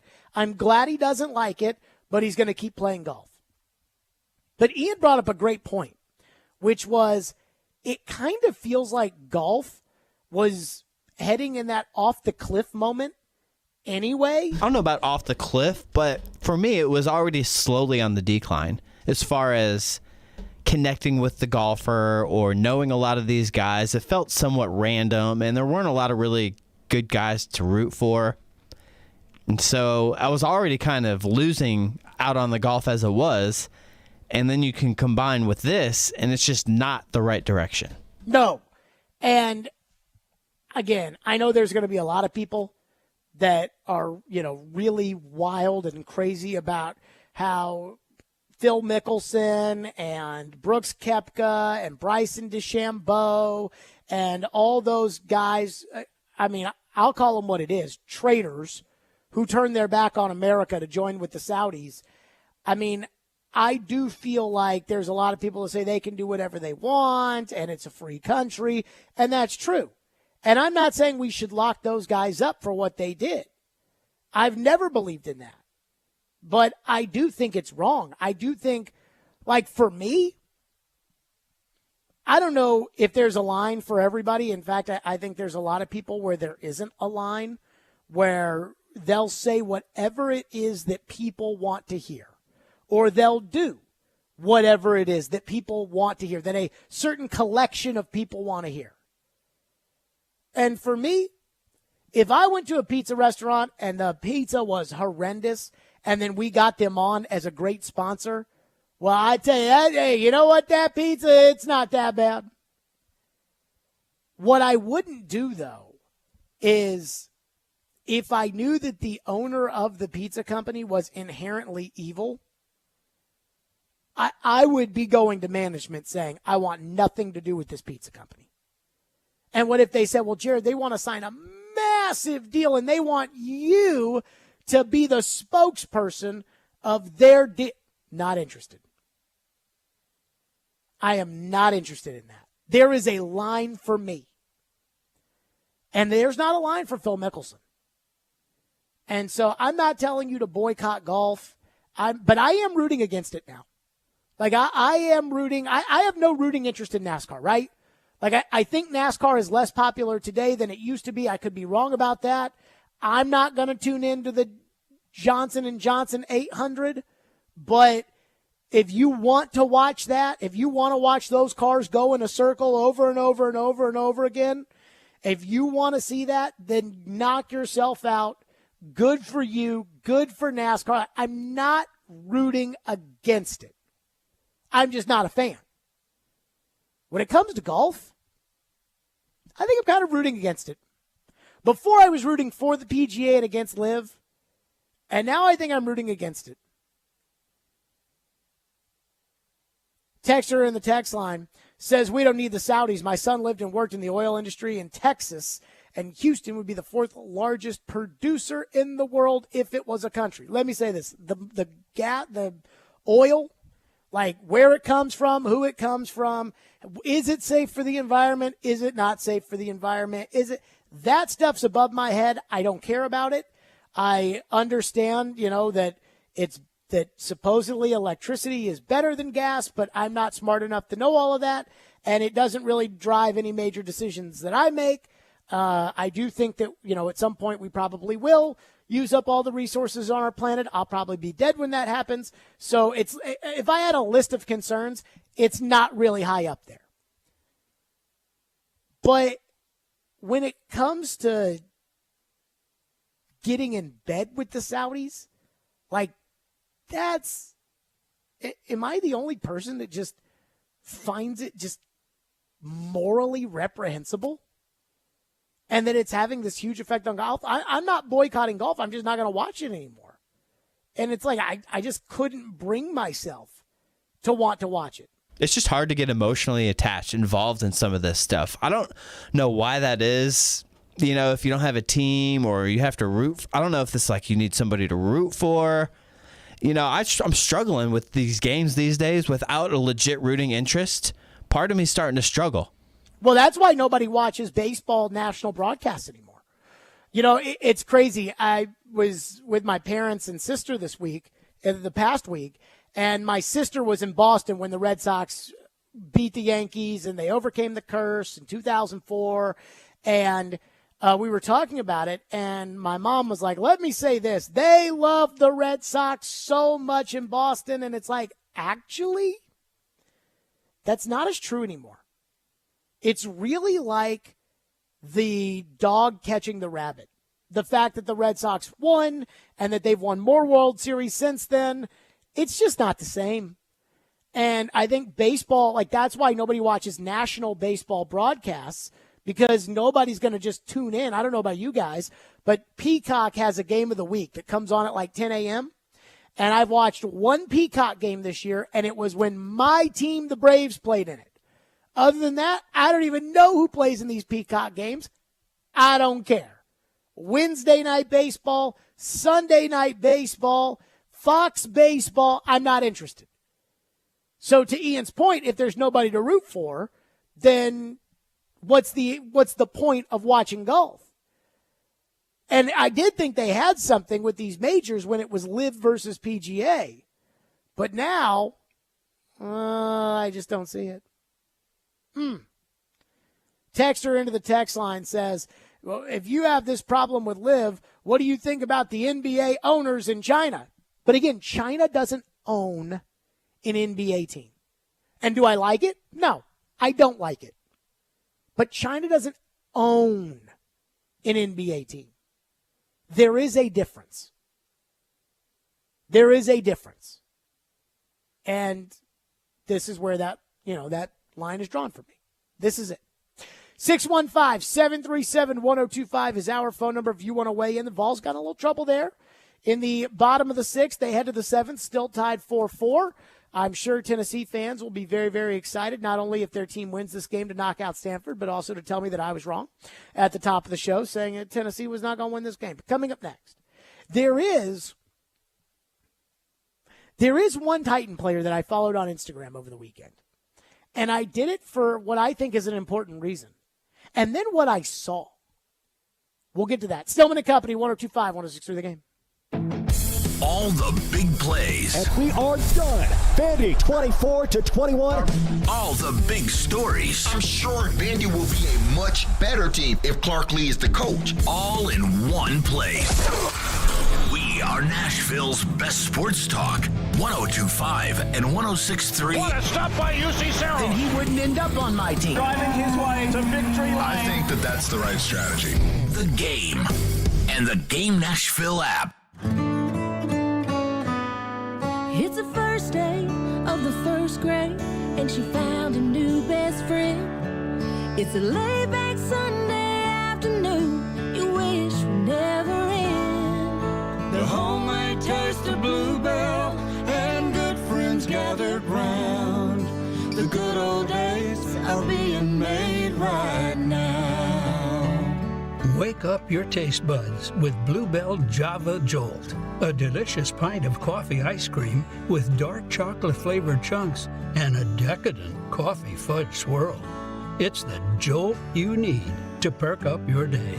The good old days are being made right now. The good old days are being made right now. Look for Bluebell Ice Cream at Chappelle's Hometown Foods and Eagleville Grocery. 3 days of racing, 3 days of music, one huge weekend event. The Big Machine Music City Grand Prix is not just a race or a festival, it's an experience. Multiple music stations with Flo Rida, Vince Neil, Chris Jansen, Gavin DeGraw, and more. Fast cars going over 200 miles an hour. And a family fun zone with inflatables, Ferris wheels, kids games, and kid-friendly food trucks. Tickets and premium hospitality are on sale now. Go to MusicCityGP.com for tickets and get ready to experience Nashville's premier speed and sound event. Join the Nashville Area Chamber of Commerce for the 16th Annual Nashville Emerging Leader Awards, Wednesday, July 12th, to recognize local young professionals who are excelling in their careers and making a difference in the community. Time is running out to save your seat. Register today at NashvilleChamber.com/events. Houston Clinic Orthopedics wants to thank their patients for voting them the #1 orthopedic practice in the Nashville Scene Poll for 3 years in a row.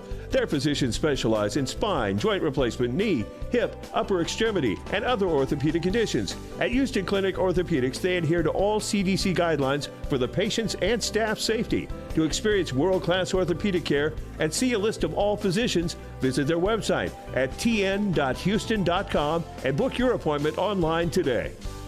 Catch all the NASCAR action this weekend on 102.5 The Game, Nashville's racing station, brought to you by Richmar Florists. Catch the action Friday with the NASCAR Truck Series, then Saturday the NASCAR Xfinity Series, and the Ally 400 Cup Series Sunday. Richmar Florists, Pennsylvania built, Tennessee strong.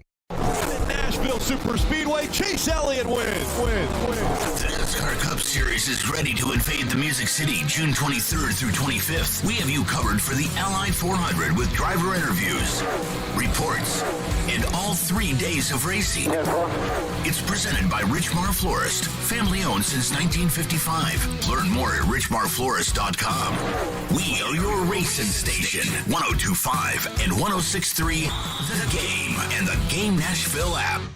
Hey Nashville, this is Penny Hardaway, University of Memphis coach. You're listening to Nashville's best sports talk, ESPN 102.5 The Game.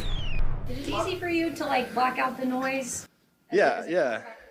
Especially. Yeah, I mean, I wouldn't say I block it out. You can't not see the stuff that people say, but you got to take it for what it is, which is meaningless. You focus on what matters, you focus on what you can control, and you kind of just say screw it to everything else. So just focus on myself, focus on my craft, focus on the people in this building, and just working. That was Will Levis. Now, let me say this. Now that the Titans have a 5-week break before training camp starts, I decided to follow Will Levis on Instagram over the weekend.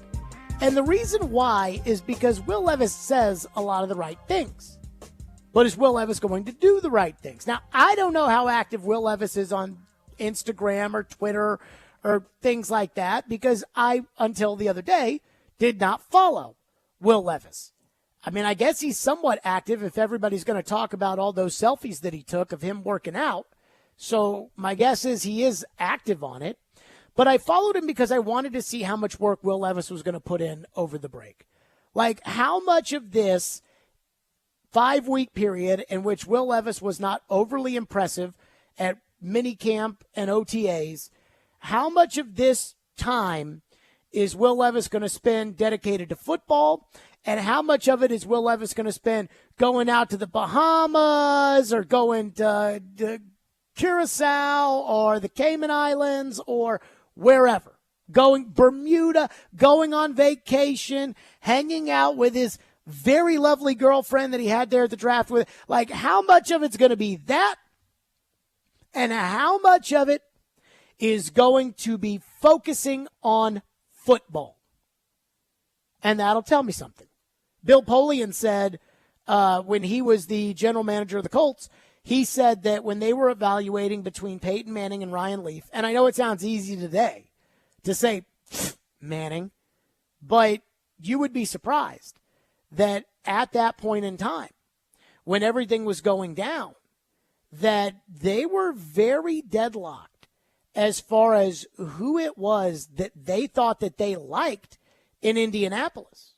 So all those little all the little details were humongous between Manning and Leaf because they liked the tape on both of them. They thought they both had the talent to be very successful. And Bill Polian tells the story that when he met with Peyton at the Combine, you get 15 minutes and then a horn blows and then they move you on to the next guy. That when they met with Peyton, Peyton told them, the day after the draft, I'll be there. If you draft me, I will be in Indianapolis the day after the draft. And that Polian and Jim Mora, his coach at the time, they looked at each other, they were like, well, the league rules actually don't allow you to be there the day after the draft, but it'll be 2 or 3 days after the draft, and then you can come. And Manning said, well, you do whatever you got to do to figure it out. I'll be there the day after the draft. And then when Ryan Leaf sat down with him, they said to Ryan Leaf, well, if we draft you number 1, when are you going to come in? And Ryan Leaf said, well, I'm going on vacation with my friends to Vegas, and, it'll be about a week or so, and then I'll be in there. And And obviously, we know that the work ethic of Peyton Manning is legendary. So I will be keeping an eye on Will Levis. And I know that you guys can say that that's, not right or not fair or that it's too high of a standard or, Jared, you were just on vacation. Let him go on vacation. But at the same time, you're the quarterback. You are the quarterback. And I'm a veteran at what I do. I've been doing this for 10 years. I mean, it's well established where we are. It's not for Will Levis. So I will be keeping an eye on that. So I followed him on Instagram. And I have to be honest with you, I was a little stunned. I was a little stunned and a little disappointed by what I saw. Now, I know that Will Levis is not an overly popular guy. I remember during the draft process when I had to tell you all every time that I liked Will Levis. I didn't love him, but I liked him, and you all hate. And every time it was, he stinks. He's in Kentucky. They were horrible. They were Tennessee. Got killed. Vandy. They were awful. Now, some of you have changed your tune a little bit because he was drafted by your team.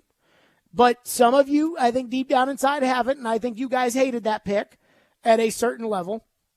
But I was just kind of looking through his pictures. And the first one is a picture of him at OTAs. And the first little caption, and I don't know what makes this guy's caption come up for me on my Instagram, but the first Will Levis posts the picture, and it says OTAs with a check next to it. And the first guy that replies to it that I see on my Instagram app is, does that stand for overthrown air balls? ? It's like, oh, I mean, that's not very nice. Then and it's not like that was a famous person that said that. Then I pull up this picture of him at the rookie premiere that I guess popped up. The Titans actually posted it, but it's him wearing the number 8 jersey, like the Titans jersey, the Navy jersey with the white pants, which I love. I wish the Titans would wear that jersey combo more often. I hate the dark blue on dark blue. I certainly hate anything that's baby blue, especially baby blue with the dark blue tops, but I digress. And so it says, first look at Will Levis in a Titans uniform. And the first comment that, again, pops up on my thing is somebody saying, I'm rooting for Malik, LOL. And I'm like, is there anybody? There's a picture of him at the rookie premiere with Anthony Richardson, Bryce Young, C.J. Stroud, Tom Brady, some people I don't know, and then Michael Rubin, the owner of Fanatics. Will Levis posts, I swear it was a work trip. Good luck to all my fellow rookies. It's up to us. First comment that pops up. Levis standing in the center, 2 feet behind everyone. I'm so glad my Colts took Richardson. The freaking ego on this guy. I'm like, do that many people really hate Will Levis? Is that really fair that all these people hate Will Levis? I get it. I understand that football is a lot like wrestling. And there's good guys and there's bad guys. And I feel bad for the bad guys in wrestling because every time they go into any arena, The Rock comes out, the place goes crazy. They come out, boo! And as somebody who has a lot of negativity at times pushed their way, it's not like I enjoy it. But I'm just looking at these Will Levis comments on his Instagram. And again, I'm more worried about kind of what is he going to be posting during this 5-week break? Is he going to be dedicated to football, or is this going to be, hey, here's Will Levis chugging the beers out with the boys doing that? And I don't know if he chugs the beers or not. But again, we'll find out by following him on Instagram. But it's every time I click one of his pictures, there's somebody on there who's just got something so mean to say.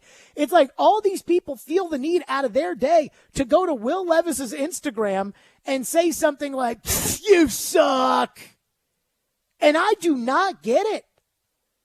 I mean, he posts a picture on his Instagram of him with all the other rookie quarterbacks, which I haven't seen until this segment when I was just clicking through his thing. And the first person who went to his page to find his picture to say, oh, I'm so glad my Colts didn't draft this guy. The ego on Will Levis. My goodness.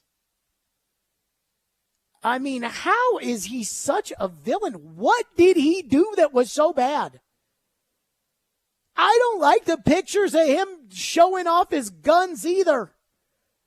I don't like the cockiness all that time. But like Rich Gannon jumped on him after the draft for having his mom, sister, and girlfriend in the green room with him.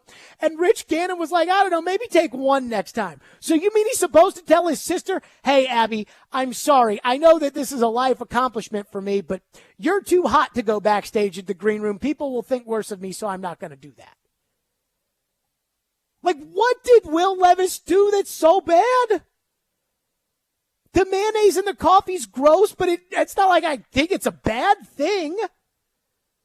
The pictures are kind of embarrassing, but it's not like it makes him a bad guy. What did Will Levis do that all these people don't like him for? I understand locally why people wouldn't like Will Levis, because Will Levis, Tennessee is the big team around here, and Will Levis was more highly touted than their guy, even though Tennessee beat Will Levis and they beat, their guy beat him. And how could you take Levis over a Hooker? That's embarrassing. I get it. Jealousy leads to anger. And that's how people here could not like Will Levis. But how is it that everybody that comments on everything he does hates him? I don't get it. Does this guy have anybody in his corner? I guess I'll say I'll be in his corner. Now, I love Richardson. And I think Richardson is going to be a better player than him. And I would have traded up to number 3 and I would have drafted Anthony Richardson. But that doesn't mean that I don't like Will Levis or that I don't think Will Levis can be successful or anything else. I think that I now have more of a rooting interest in Will Levis just because so many other people hate him and I don't understand it. What did he do that was so bad? Like, if we were to sit here and talk about another football player, like, I don't know, Ray Lewis, and I were to ask the question, what did Ray Lewis do that was so bad? Well, at least there's an answer to that. Like, we know what Ray Lewis pled to doing and what he allegedly did. We know that.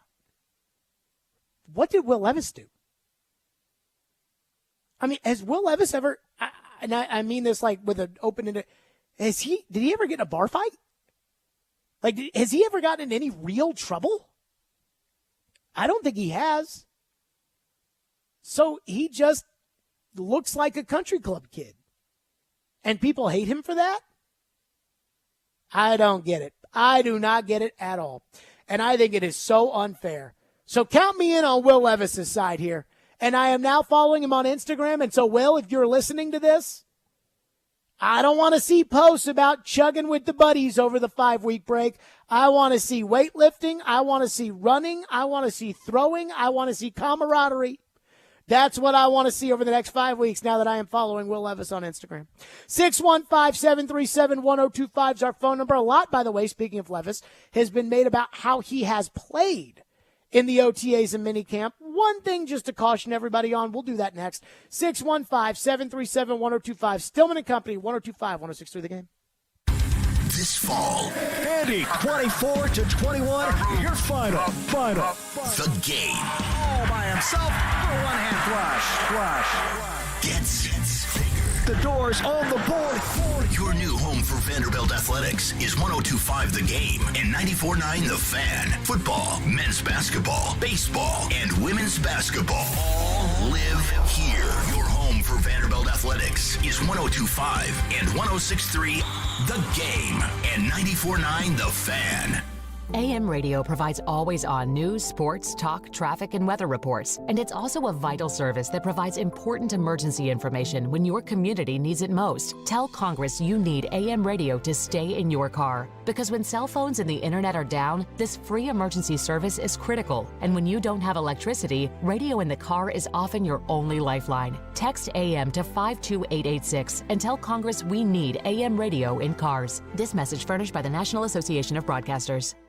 Upgrade our diamond ring this summer with no money down and 0 interest for 5 years. Don't miss this killer offer from Genesis Diamonds. 5 years, 0 interest financing. Not just on engagement rings, earrings, bracelets, bands, colored gemstone jewelry, pre-owned Rolex watches. Buy now, pay nothing down, and spread your payments over 5 years with 0 interest. So that $5,000 gift comes out to just $85 a month. And that luxury pre-owned Rolex Submariner, Datejust, or Explorer starts at only $150 a month. Now through July 1st at Genesis Diamonds. Green Hills and Cool Springs. On approved credit, see store for details.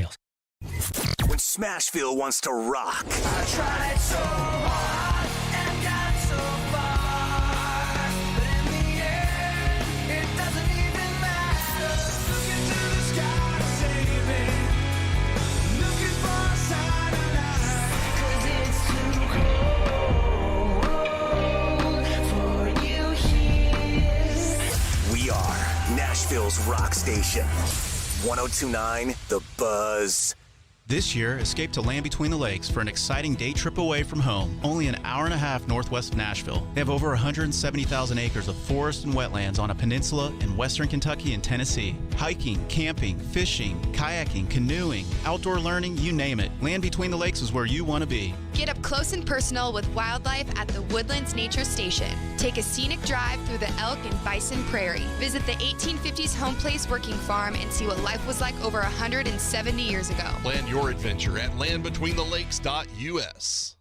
They talk sports. Is he going to try and move somebody like Duchesne? Is he going to try and move somebody like Johansson? I think that Traylon Burks looks very confident out there. They talk life. I'm being nice. Chill out. I threw the empty cup into the garbage can. But most of all, they have a good time. Oh, yeah, we're ready. Chase and Michelle, weekday mornings at 9 on 102.5 and 106.3 The Game and the Game Nashville app. You're listening to Stillman and Company on 102.5 and 106.3 The Game and the Game Nashville app. I think a little bit more humility would have helped him. He's got an amazing family, obviously a beautiful mom and sister and girlfriend. They were all with him in the draft room. My advice, maybe just one of the three and not all three. I mean, he came off looking a little bit like, this Don Juan, like, Joe Namath. I got, these three lovely ladies on my side. And again, I'm not trying to suggest that it's not okay to have your mom or your girlfriend, your sister. This is a big moment for these players. There you go. That was Rich Gannon on NFL radio talking about Will Levis. And, he felt like he was a Don Juan there with his mom. And I say that, our phone line is driven by WilsonCountyHunter.com because somebody texted in when I said, again, I followed Will Levis on Instagram, and I didn't know what it, I am trying to see how much football work he's going to put in over the next 5 weeks and how much of it is going to be Will Levis, second-round draft choice out here partying, all the things that people don't like. And I don't know what to expect. I'm not going to assume one way or another that I'm going to see something. I hope I see football, a little bit of vacation football. That's what I want to see. Texter says, come on, Jared. He's a rich mama's boy. That's what people don't like about Will Levis. What? So that's why we don't like him? I mean, I guarantee you he's not the first player in the history of the NFL who grew up rich. That's why people don't like him? Do people not like Peyton Manning because of that? Because I do think that Peyton Manning probably grew up well off. That's what people don't like about Will Levis, is that he's a rich mama's boy. And what makes him a mama's boy? Because his mom was back there? I've never seen him go run and cry to his mom. And it's like Robbie Stanley texted me and said, you're a Levis and Mariota Bobo. Now, let me say this. I did go a little too far with my consistent defense of Marcus Mariota. That was probably a little too much. And that at the end, when I thought he deserved a second chance after that Denver debacle, my head was probably a little up my ass when I did that. But I'm not sitting here when I tell you I'm rooting for Will Levis because all these people hate him. I mean, I'm telling you that I'm doing it because I just think it's unfair. And I think it's an injustice. By the way, the Vols have 6 outs to go. They lead Stanford 6-4. Boy, you think that those people that texted in earlier today and said, I'm done listening after I started off the show when the Vols are down 4-0, saying, well, they're probably going to lose. That's probably going to be that. I think those people either are A, still listening, or B, will immediately tune in if the Vols end up getting the 6 outs that they need in order to win. There is another topic I wanted to discuss. I wasn't there at OTAs, so I can't tell you what it was or what it wasn't as far as Will Levis's performance is concerned. TD was with us last week and talked about how Levis has not been overly impressive. He actually had a bad day. Apparently it was a series where he threw like 3 interceptions in a row. Mike Vrabel was asked about that after the practice. Ian, if you could. And Vrabel may be telling the truth on this. It sounds like after what TD said on our show Thursday, it sounds like this is probably accurate, that it wasn't all Levis's fault. But here's what Vrabel said when Levis did have a poor day on Thursday. Levis had a period where he had a couple balls batted and picked and things like that. Can that sometimes be a better learning tool in a practice session maybe than when things do go right? Well, I mean, I just think that what it shows you is that it's going to take all 11, to be able to protect. And sometimes when, you're trying to throw those timing routes on 3rd and 7 that, you got to be in the right spot. Ball can't get tipped. Their protection's got to be there. And, when you throw the ball down the field, like we've got to make sure that as a receiver, like it's us or nobody. And so that's another situation that's going to get shown tomorrow morning with those rookies. Like it's your responsibility to make sure that ball's not intercepted when we take a shot down the field. So Vrabel's basically saying it's not Levis's fault. Those interceptions were not his fault. Now, I know this is how the NFL works, is that there's whenever a guy's young and he doesn't play well, it's always somebody else's fault. And then there comes a point in time where, no, it's your fault. And I know that one interception wasn't your fault or those 4 interceptions weren't your fault. But when it comes time to decide whether or not you belong in the Hall of Fame or whether or not you need a new contract or whether or not you should keep your job, they don't say, well, that interception doesn't count. Tom Brady won 7 Super Bowls, and they never say, well, Malcolm Butler made an incredible play against Seattle, so that one doesn't count. They never say that because at the end of the day, it doesn't matter. But that is what Vrabel's telling you, is that it's not Levis or just Levis that is the issue right now. And even a texter chimed in when it came to how we should feel about all this and said he was inaccurate and did not make smart throws in college. We all saw the same things the past few weeks. He is what we thought he was. That comes from Raymond in the text line. I don't know how you saw that, Raymond. I wasn't there, and I have access to some of those things, and you don't. But apparently you're convinced. He showed it in OTAs. Here's what Bill Polian said, former general manager, about how to really feel about rookies when it comes to mini camp and OTAs. With Marv Levy and with Tony Dungy, we had a hard and fast rule that said nobody evaluates anybody formally until after the first preseason game. And there's a good reason for that. A, the rookies are not up to speed. B, it's premature. You don't have enough data to go on. C, nobody's in pads.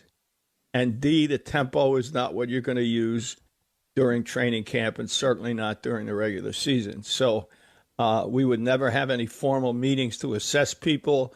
I discouraged, the coaches from having discussions. Well, this guy's moving ahead of that guy. No, nobody's moved ahead of anybody until we play the game.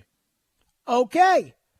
I think we should all adopt that, especially you all, because when training camp starts, I'll be able to be there every day. TD will be able to be there.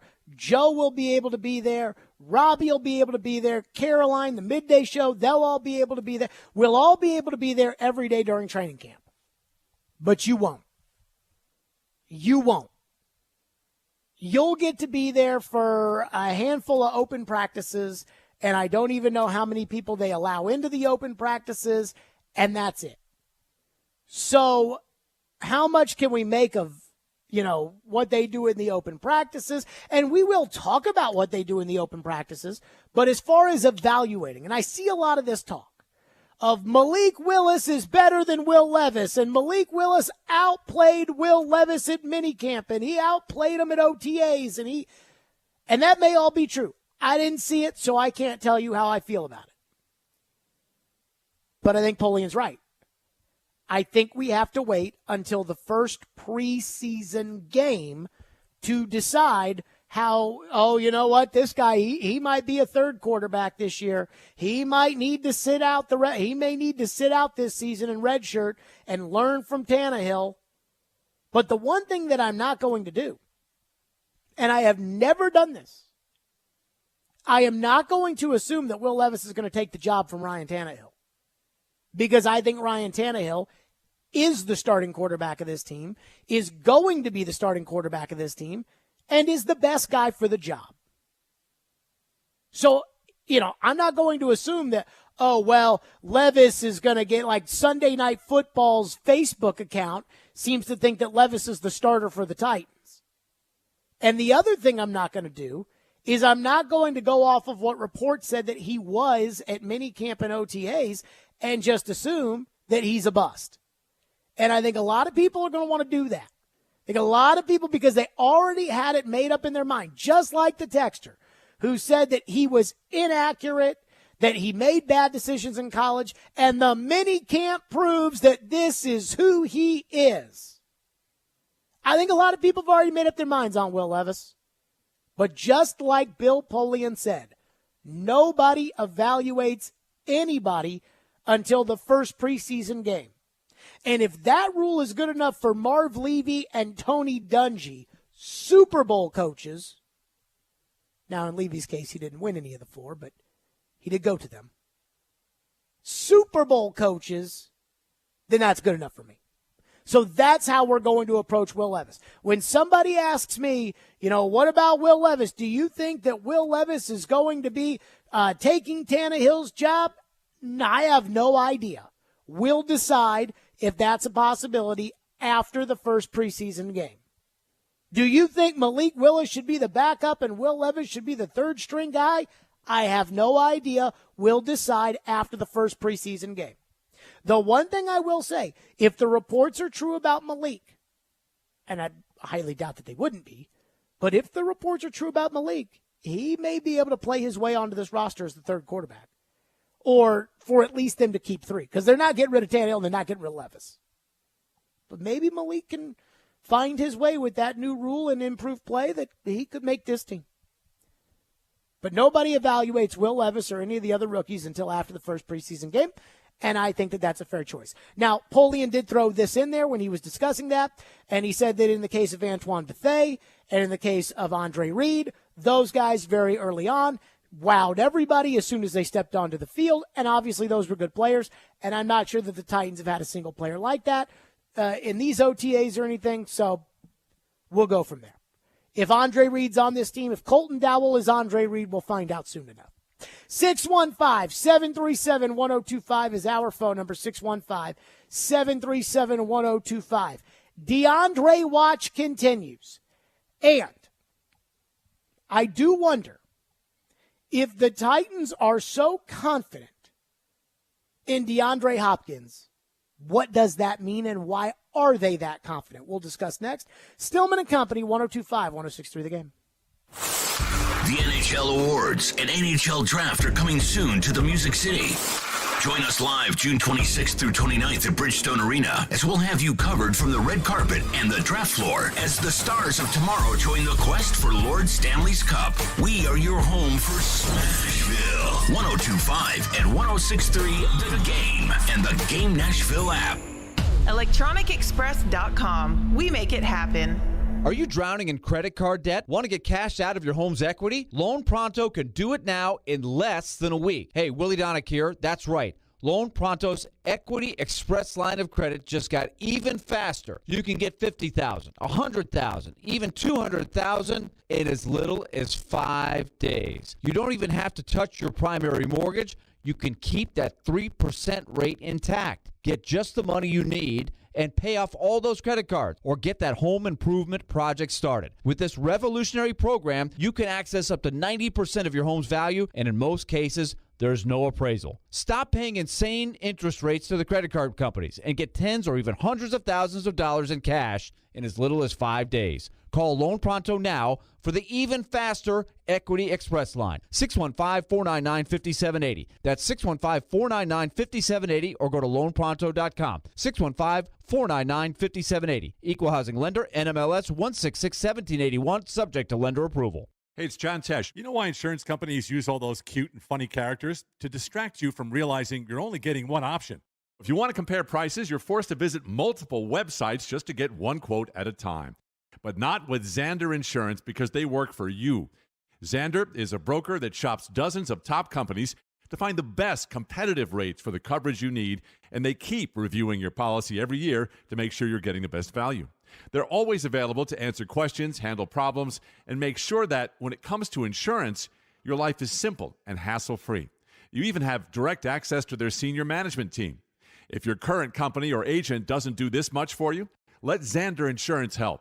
Compare rates online at Xander.com or call 800-356-1780 for that personal touch. When Xander works for you, you're going to see the difference. Again, that's 800-356-1780, or you can visit Xander.com with no characters needed. Now, your Game Center update. Brought to you by the law offices of Amanda J. Gentry. Free agent wide receiver DeAndre Hopkins still has not signed with the team after wrapping up his visit with the New England Patriots this weekend. ESPN Titans reporter Teron Davenport was on Caroline, Willie, and D-Mace earlier today and talked about the latest news with Hopkins. I don't know of any new information after the visit and everything that happened with the Patriots, but it does seem like he's going to take his time. I would have thought that it's something that he would want to get done sooner than later, so that way he could get this playbook and start digesting it and be ready to go for camp. But, yeah, it looks like he is going to take his time, and a decision will come at some point, and we'll just have to wait and see. The Tennessee Vols baseball team is trying to avoid elimination from the College World Series this afternoon. The Vols have scored 6 unanswered runs and now lead at 6-4 in the top of the 8th inning. In some NBA offseason news, Draymond Green has declined his $27.6 million player option and is set to become a free agent. Also, per reports, the Washington Wizards are finalizing a trade to send Bradley Beal to the Phoenix Suns. This update brought to you by the law offices of Amanda J. Gentry. From the Game Nashville studios, this is Ian Safar. Live from the Hiller Plumbing, Heating, Cooling, and Electrical Studios. WPRT FM Pegram, WPUZ HD2 Laverne. Broadcasting on Alexa. I appreciate that. And other smart speakers. 102.5 and 106.3. And a score! You can run different offenses. The doors on the board. Off the field, on the field. The Game. A Cromwell media station. Where you have a voice. He had a competent coaching staff. You just play terrible and you keep playing. And we have strong opinions. What a whiny freaking crybaby response. This is Stillman and Company with Jared Stillman on Nashville's best sports talk, 102.5 and 106.3 The Game and the Game Nashville app. Stillman and Company, ball baseball, 3 outs away from eliminating Stanford. And I got to say, I will be surprised at the start of this program. They were down 2-0 and headed to 4-0 against Stanford's ace, who pitched them into the World Series. And somehow, as you heard in Ian's update right there, 6 unanswered runs. So we will keep our eyes on that. 3 outs to go for Tennessee baseball and Tony Vitello. Now, that being said, the big story of the day, it's the big story every day, which is DeAndre Watch 2023. This is DeAndre Watch 2023. Good evening, I'm Jared Stillman. On Thursday's edition of this program, Stillman and Company, TD was on, and I asked TD, I said, okay, DeAndre came here last week, then he went to New England. What are the chances how do the Titans feel about this, knowing that New England's out there and knowing that the mystery team, whether that's Detroit or Pittsburgh or Green Bay or one of these other teams, Buffalo, Kansas City, one of these other teams, how do the Titans feel about this? TD said the Titans were confident about their offer to DeAndre Hopkins. But here is what TD said when I asked specifically about any fear of the Patriots or a mystery team. How do the Titans feel? Here's what TD said. I don't think they're concerned about him going anywhere, to be honest with you. I think, like I said, they're confident in what they put in front of him, and they believe that he's going to be a Titan. But, I mean, look, you could be confident all you want, and that's not going to make it happen. You know, ultimately, it's going to be money. So that's really where it's going to count. Okay, so the important things there. One, TD says they're not worried about New England. They're not worried about another team. They feel comfortable in the offer they put on the table, but it's all going to come down to money. And so now I ask, what exactly does that mean? And I'll tell you exactly what it means. And I do think, and I think you all would agree with me, TD sources with the Titans are pretty good. And I have a pretty good idea where TD's getting his information from. And so I feel that when TD says that the Titans feel confident in DeAndre Hopkins in their offer, they think that's going to be what I think that TD, like, I don't think one, I know TD's not lying, but two, I don't think it's some jabroni, in the mailroom that we're talking about as confident.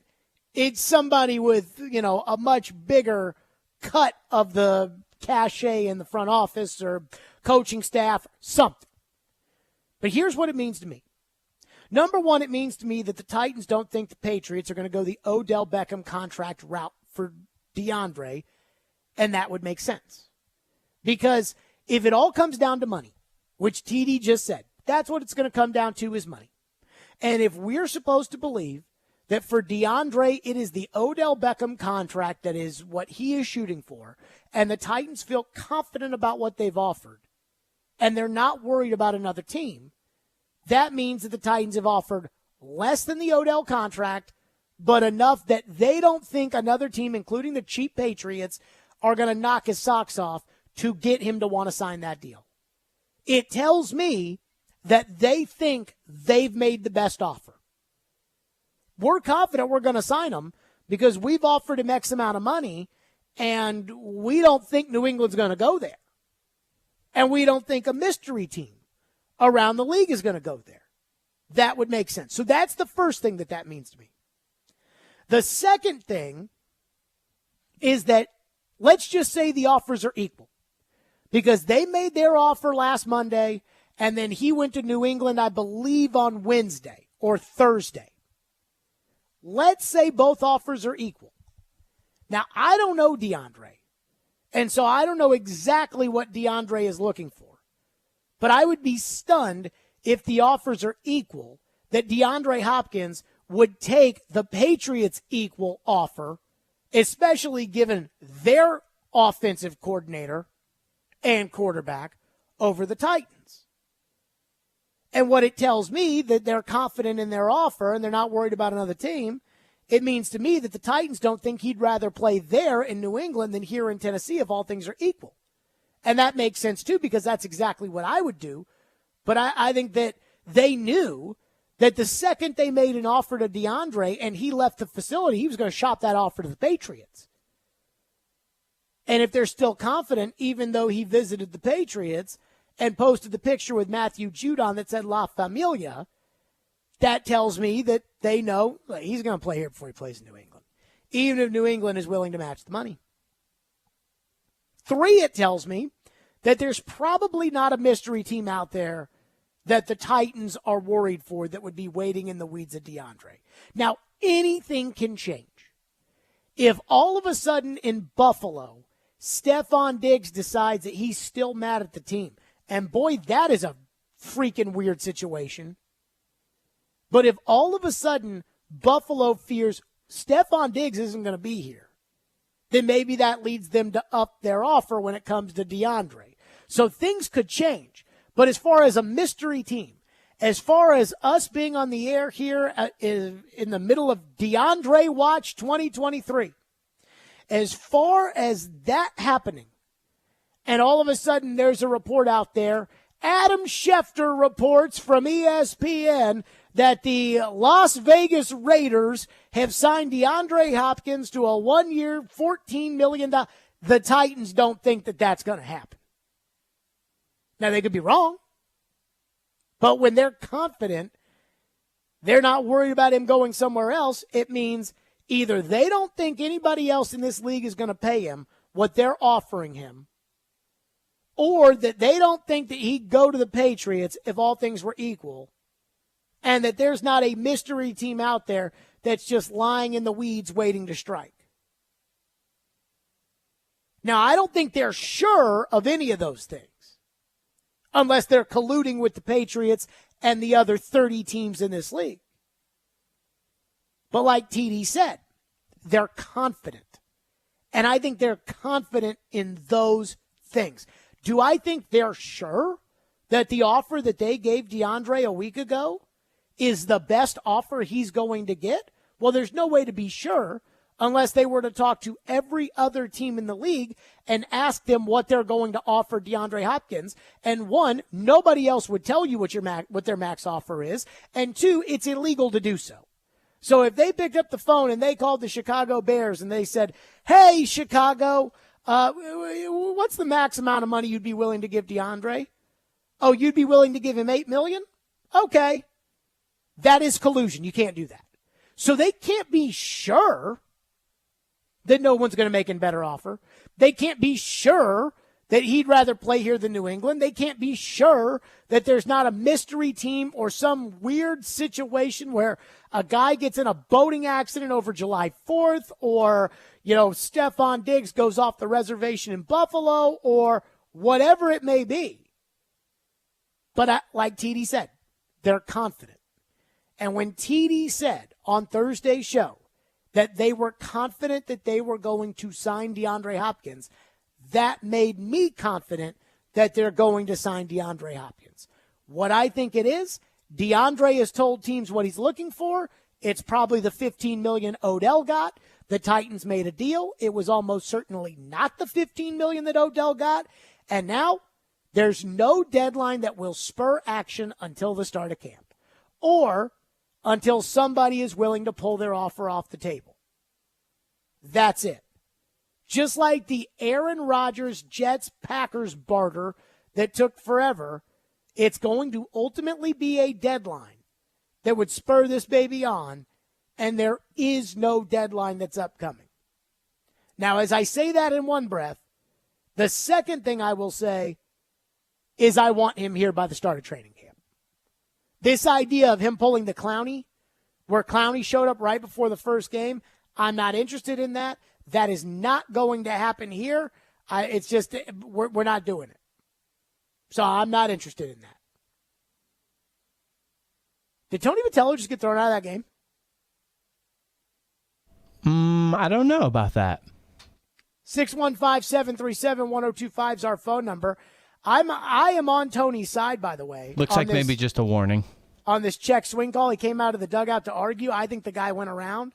But Tennessee baseball's got a 2-run lead in the ninth, and they appealed to first base. They appealed a check swing. Now, the guy ended up striking out anyways, but they appealed the check swing, and the guy, they said he didn't go around, and Vitello popped out of the dugout, and immediately the umpire started pointing there. When an umpire points, normally that's not a good thing. Tennessee baseball 2 outs away from eliminating Stanford. We'll keep up with that. 615-737-1025 if you want to weigh in. Here's the other thing that I'm confident in when it comes to DeAndre Hopkins. And it's being reported as otherwise, but I just don't buy it. We'll get to that coming up next. 615-737-1025. Vol baseball, 1 out away. Stillman and Company, 102.5, 106.3 The Game. 102.5 and 106.3 The Game has an all-star lineup Monday through Friday. Batting first at 6 a.m., it's Robbie and Rexroad. Yeah, you take that. You take that. Take 80% of that. Followed by Chase and Michelle at 9. Couldn't hit the broadside of a barn. I need my caffeine so much. Then it's Caroline, Willie, and D-Mace at 11. Yep, green light, let's go. You got a lot of options. He say, she say. And bringing it home at 2, Jared Stillman for Stillman and Company. That guy will be a good coach. We are Nashville's best sports talk. 102.5 and 106.3 The Game. Now's the time to get a great deal on proven Kubota farming equipment. Tractors that are adaptable and versatile. Hay tools that are backed by a 2-year warranty. And durable sidekick utility vehicles and SVL track loaders. The Kubota agriculture lineup is built right, built ready. Get Kubota hay tools for 0 down, 0 APR for up to 48 months, plus up to $2,500 loyalty cash reward. Now through June 30th. Visit KubotaUSA.com for full details. Krebs Kubota, Middle Tennessee's preferred equipment dealer. Convenient locations in Columbia, Franklin, and Murfreesboro. Visit us online at KrebsKubota.com. Because we work so hard for our customers, people are driving for hours to shop at Genesis Diamonds right now, taking advantage of the lowest interest rate on the planet. 0 interest for 5 years with nothing down. How about a $6,000 GIA certified diamond for just $100 a month? Pear shapes, rounds, even oval diamonds are all included. You can even finance the sales tax. All designer jewelry and all lab-grown diamonds included. Don't miss this amazing opportunity. 5 years, 0 interest financing. Exclusively at Genesis Diamonds, Green Hills and Cool Springs. Approved credit, see store for details. Buffalo Bill's Center of the West in Cody, Wyoming welcomes you as you enter Yellowstone Park's east entrance. 5 museums in one, including the fantastic Whitney Western Art Museum. Welcome to the West. Buffalo Bill's Center of the West, Cody, Wyoming. Hey y'all, it's Caroline Fenton, and I want to tell you about my friends over at 312 Pizza Company. 312 Pizza is my favorite place in town. It's family owned and operated, bringing you a slice of Chicago to Nashville. 312 Pizza Company specializes in deep dish pizza, thin crust pizza, and all things Chicago style, always made from scratch using secret family recipes passed down generation to generation. 312 Pizza is open every day except for Tuesday and is located in Germantown with dine-in, takeout, and curbside available. Call 615-730-7888 or head to 312pizzaco.com to order. 312 Pizza Company, Nashville's authentic Chicago pizzeria.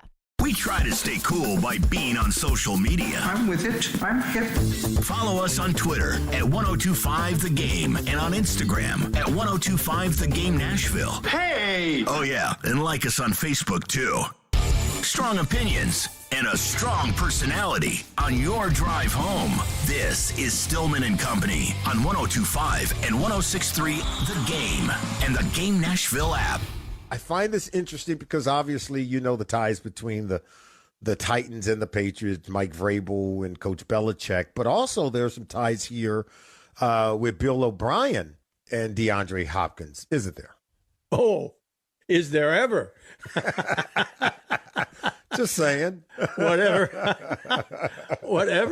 occurred, and we don't know what caused it to happen, Bill O'Brien, as the head coach and general manager of the Houston Texans, abruptly and for metaphorically a bag of footballs traded DeAndre Hopkins to the Arizona Cardinals and made it clear that he felt they were better off without him. So I'm sure that, knowing Bill Belichick, I'm sure that he discussed it with Bill O'Brien, and they probably are in a position where they said, "Hey, let bygones be bygones. We'll wipe the slate clean. This is a outstanding player."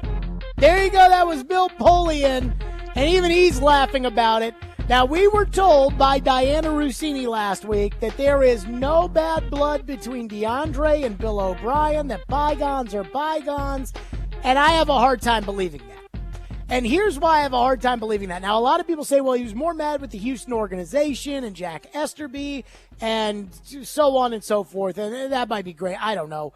But here's why I have a hard time believing that DeAndre is going to be on board with New England. When we talk about being confident, right now we know there are 2 suitors for Hopkins, 2 suitors that want him, the Titans and the Patriots. Other than that, we don't know if any of these other teams want him. But here's why I'm confident in the Titans when it comes to Titans over Patriots, and that is because I don't believe these reports about Bill O'Brien and Hopkins and that it's all water under the bridge. And this is what Michael Irvin said back in 2000. We had to do some digging on this, but I did wonder, what was being said at the time? Because now Hopkins is trying to drum up business. He's trying to get more offers. Beggars can't be choosers. So it would make sense if he really didn't want to play for New England to say, oh, yeah, I'd love to play in New England, so up the offer by $4 million or else I'll go there. I really won't go there. But up the offer, because this is what Michael Irvin said, and he mentors a lot of these receivers, and his friends obviously with him, and is a Hall of Famer and a legend, and so on and so forth. Here's what Michael Irvin said, the situation between O'Brien and Hopkins was at the end of their relationship in Houston. I said, tell me what happened in Houston. And he went into it. He told me, he said, Michael, it was a bit of a power struggle there because Coach O'Brien thought he had too much influence over the locker room. He called DeAndre Hopkins in a meeting to talk about this and to kind of, I guess, hash it out. In that meeting, he started the meeting with telling DeAndre Hopkins this that blew my mind when DeAndre told me this. He said, he told DeAndre Hopkins, he said, hey, the last time I had to have a meeting like this, it was with Aaron Hernandez. I was like, what? He put in Aaron Hernandez in this meeting? He said, yes, he did. He said, Michael, that blew my mind that he would even bring that up. I've never been in any trouble. I don't know why would he equate me with Aaron Hernandez. And from there, the meeting just deteriorated. You know, he got into talking about DeAndre Hopkins because DeAndre Hopkins has a few kids and from different women. And he said, you know, he told DeAndre he doesn't like that he has his baby mamas around sometimes. And from that, I think the relationship just went bad. And thus, we got a trade of DeAndre Hopkins from Houston for basically, like I said earlier, a ham sandwich, all because of that relationship. Okay, wait a minute. What? So Bill O'Brien, according to Michael Irvin, who talked to DeAndre Hopkins, Bill O'Brien calls DeAndre Hopkins into the office and tells him he's a bad guy. And the last time I had to have this conversation was with Aaron Hernandez, a serial killer who is well documented for being truly one of the worst people in the history of the NFL. And that's the last person I had to have this meeting with. And then telling DeAndre Hopkins that his baby mamas are around too much. I got to say this. Most people usually take that personally. When you start talking about their family and their girlfriends and their wives, and in this case, the baby mamas. Like, most people take that personally. I wouldn't even talk about that. Like, let's say that I had heard through the grapevine that the baby mamas were around too much. I don't think I could say that on the air. Like, I don't think I could come on and say, here's why Johnny's screwing it up. Because his baby mamas are around too much. I mean, I think I would get in real trouble if I said that on the air. And I flirt with the line. I think we're all aware of that. So you mean to tell me now that the relationship is fine? That, oh yeah, he compared me to Aaron Hernandez and said I had too many baby mamas coming around, but that's all water under the bridge. I'm not sure I believe that. The only thing I can think of is either DeAndre has decided that, look, man, business is business. And right now, I don't have a huge market. And even though I hate that guy, and I will always hate that guy, and I think that guy's off his rocker, at least I know that Belichick is the one in charge here and not O'Brien. Or he's just trying to use the Patriots in order to get a better offer from another team, and that team could be you. But when I heard that cut from Michael Irvin, I mean, there's no way that that's not true, at least in some form, because how else would DeAndre Hopkins have said, oh, yeah, he, compared me to Aaron Hernandez, saying the last time he had to have this meeting in his office was with Aaron Hernandez. How would he just make that up? And then the baby mamas thing, I mean, that sounds kind of personal. And I just don't believe what everybody's telling me. And everybody tells me that Bill O'Brien, that it's all water under the bridge, and they're all reporting it. And they're all reporting it because that's what they're being told. But it doesn't mean that I have to believe it. Baby mamas. 615-737-100. I cannot believe, if Bill O'Brien actually did that, I cannot believe that he did. There's just certain things. I mean, it's tough because ultimately what guys do off the field does affect how they play on the field, even though people will say, well, that has nothing to do with the job. I mean, those kind of jobs, they're lifestyles. It's not, oh, yeah, you show up at 8 and you leave at 4, and that is not what being a player in the NFL is. There are requirements outside of the job. There's a focus level, things like that. So I understand a coach being concerned, but I don't know if you can bring the baby mamas into that. I wouldn't do that if I were you, Bill O'Brien. Texture says, no one cares, Jared. It's a non-story. Hopkins is a marginal player at this point. If he was fantastic or still had great skills, he would be signed already. And I'm sure people thought that about Randy Moss when the New England Patriots traded a fourth-round pick in order to get him from the Raiders. And there was a lot of thought that Moss was done, that Moss was washed up, that he couldn't even run anymore. And the next thing you know, with Tom Brady at quarterback and Bill Belichick coaching him, Randy Moss was the best receiver in the NFL. Again. So I know it's easy to say. In the 7 games that DeAndre Hopkins played with a real quarterback last year in Kyler Murray, he was the best receiver in the NFL. That is not me saying that I think DeAndre is better than Tyreek Hill or that I think DeAndre is better than Stephon Diggs or better than Justin Jefferson. But what I am saying is that he's more than a marginal player. He's a very important part. And when you say that nobody cares about DeAndre Hopkins, that's just not true, because it is the number one story here. It is the number one story in Boston, and it is the number one story in the NFL. Where is DeAndre Hopkins going to go? In fact, I turned on ESPN this morning. They were talking about basketball. So I turned it to ESPN2 on the Keyshawn and J. Will and Max show. And they had Dan Graziano on, and they were talking about DeAndre Hopkins. So when you tell me that, oh, no, this is nobody cares, he's not that big of a deal, he's not that good anymore, he's not, I agree with you halfway. I do not think that acquiring DeAndre Hopkins would be like acquiring Tyreek Hill. But I'm also not going to trade what I would trade to get Tyreek Hill or A.J. Brown or one of those high-end receivers. And I'm not going to pay what I would give up in order to get one of those guys. But to say that Hopkins doesn't matter or still doesn't have anything left or that the Titans don't absolutely positively need him, I think is not fair. 615-737-1025. We started the show at 2 o'clock saying Vol baseball down 4-0. They were out. They have won 6-4. Thoughts on it next. Stillman and Company. And since I'm in the baseball mood, 615-737-1025. If you want to weigh in, let's go ahead and give away some Sounds tickets. Be caller 5 right now, and you will win a family 4-pack of tickets to see the Sounds take on the Norfolk Tide at First Horizon Park this Thursday. So you say take me out to the ball game, I'm taking you out to the ball game, to the Sounds game. Stillman and Company, 102.5, 106.3 The Game. Stuck at work without a radio? Wait a minute. Disastrous. I hate that. It's got to be there. That's okay.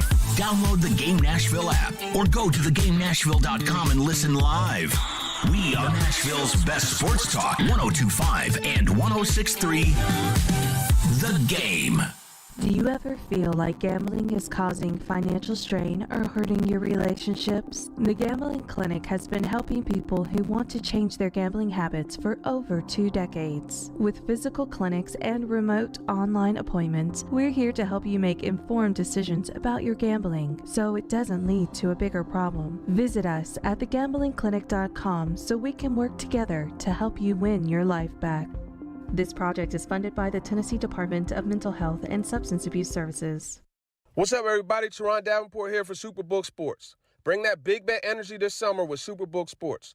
Superbook Sports is the most trusted name in sports betting. And right now, use promo code THEGAME to score up to $250 with their first bet bonus. Win or lose, they'll match your first bet up to $250 with promo code THEGAME. Simply visit superbook.com for terms and conditions or download the Superbook Tennessee app in the app stores. Enter promo code THEGAME and you'll get $250 courtesy of Superbook Sports. Gambling problem? Call 1-800-GAMBLER.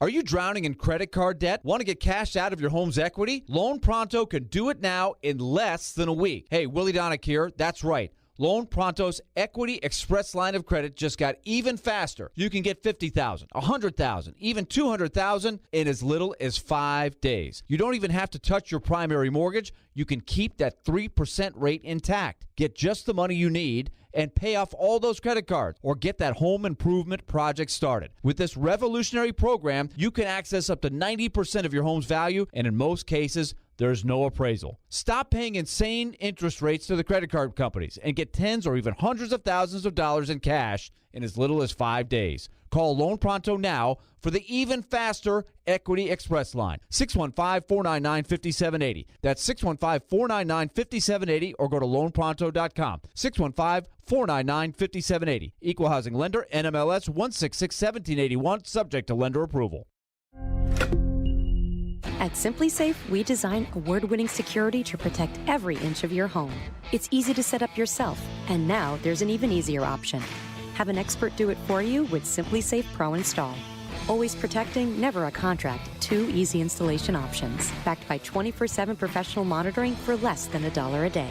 Get 20% off any new system with Fast Protect monitoring at simplisafe.com/radio. There's no safe like SimpliSafe. Nashville Super Speedway, Chase Elliott wins. The NASCAR Cup Series is ready to invade the Music City June 23rd through 25th. We have you covered for the LI 400 with driver interviews, reports, and all 3 days of racing. It's presented by Richmar Florist, family owned since 1955. Learn more at richmarflorist.com. We are your racing station, 102.5 and 106.3 The Game and the Game Nashville app. Hey Nashville, I'm Gary Smith, head coach of Nashville SC. You're listening to Nashville's best sports talk, 102.5 The Game. Tennessee baseball gets set to take on, or gets set, they are taking on Stanford right now, and I think they're going to lose. And I only say that because they're down 2-0 in the bottom of the third. I think they're going to lose because in the top of the first inning, I saw bad base running. And then in the bottom of the first inning, I saw bad defense. And when I see bad base running and bad defense, I just know deep down inside you're not going to win. Make it 3-0. 3-0. So Tennessee baseball is going to lose. I'm sure that there will be a lot of people that are upset about that. Tennessee baseball should never have been in Omaha anyway, so good for them. Final score, Tennessee 6, Stanford 4. Never doubted it for a second. I've already got tweets floating in, text messages into the text line. Oh, they're coming for you. Here come the Vol fans. Let me say this. First of all, I was very impressed with Tennessee baseball and their resiliency and their ability to come back because, as you could tell from that cut, I had no expectation of Tennessee baseball coming back into that game and Tennessee baseball winning that game. I thought it was going to get ugly. Stanford had their ace on the mound who had just pitched them into the College World Series. They were down 4-0, and all of a sudden they hung a 4-spot up in the 5th, and they were able to bounce him. They got 2 more in the 7th. But this is the thing about the College World Series. The way the college baseball playoff structure is incredibly fakaked.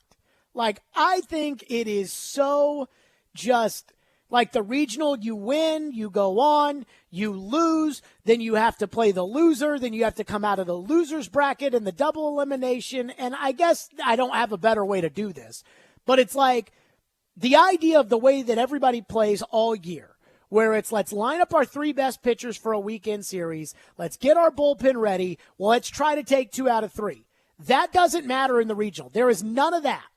Unless you win the first 3. There is none of that. Then, when you get to the super regional, it is best 2 out of 3. When you get to Omaha, it's a regional followed by a super regional again. And so it's still going to be really hard for Tennessee baseball to get themselves out of the loser's bracket, especially when the best team money can buy, George Steinbrenner's Yankees, the LSU Tigers, with all those players that they've purchased, are playing so well. But the one thing that it requires, anytime a team comes out of the loser's bracket in either a regional or in the first half of the College World Series, is it takes a pitching performance that nobody saw coming. And I have talked about this for probably the last 3 or 4 weeks. And one of my best friends, who I went to college with, who played baseball at Louisville, I mean, he pitched Louisville into the College World Series. And so we were talking about this well before we were talking about this a couple weeks ago. And in order to come out of the loser's bracket, what has to happen is a team has to get a pitching performance from somebody that they're not used to getting it from, that just absolutely comes out of nowhere. Today, Chase Burns gave that to Tennessee.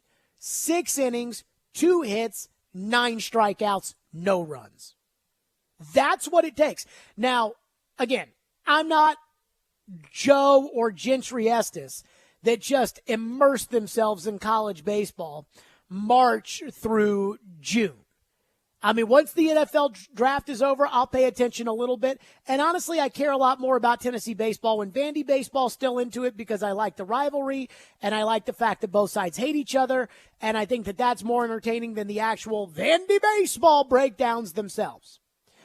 Now, I do remember that Chase Burns pitched in the extra innings against Vandy in the Friday night game that they won, that kicked off their sweep of Vandy that turned their season around.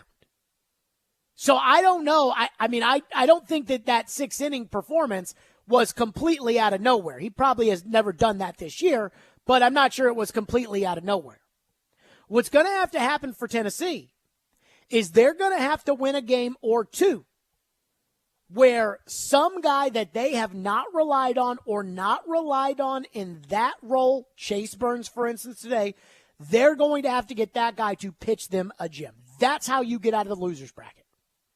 I remember years ago, I was still in college at Louisville at the time, and we were hosting a regional, and Vandy was in the regional, and Vandy had Sonny Gray was their number 1 pitcher, and they had a good staff, and they played, on Friday, and they didn't pitch Sonny because they were saving Sonny Gray for Louisville, who was a national seed, one of the top teams in the country, and had a great lineup.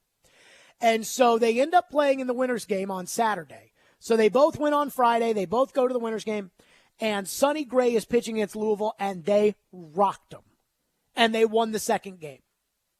And Vanderbilt ended up winning that regional, but they got back into it because they had a great pitching performance from Richie Goodenow, who ended up transferring to Lipscomb. And I don't even know what Richie Goodenow's doing now.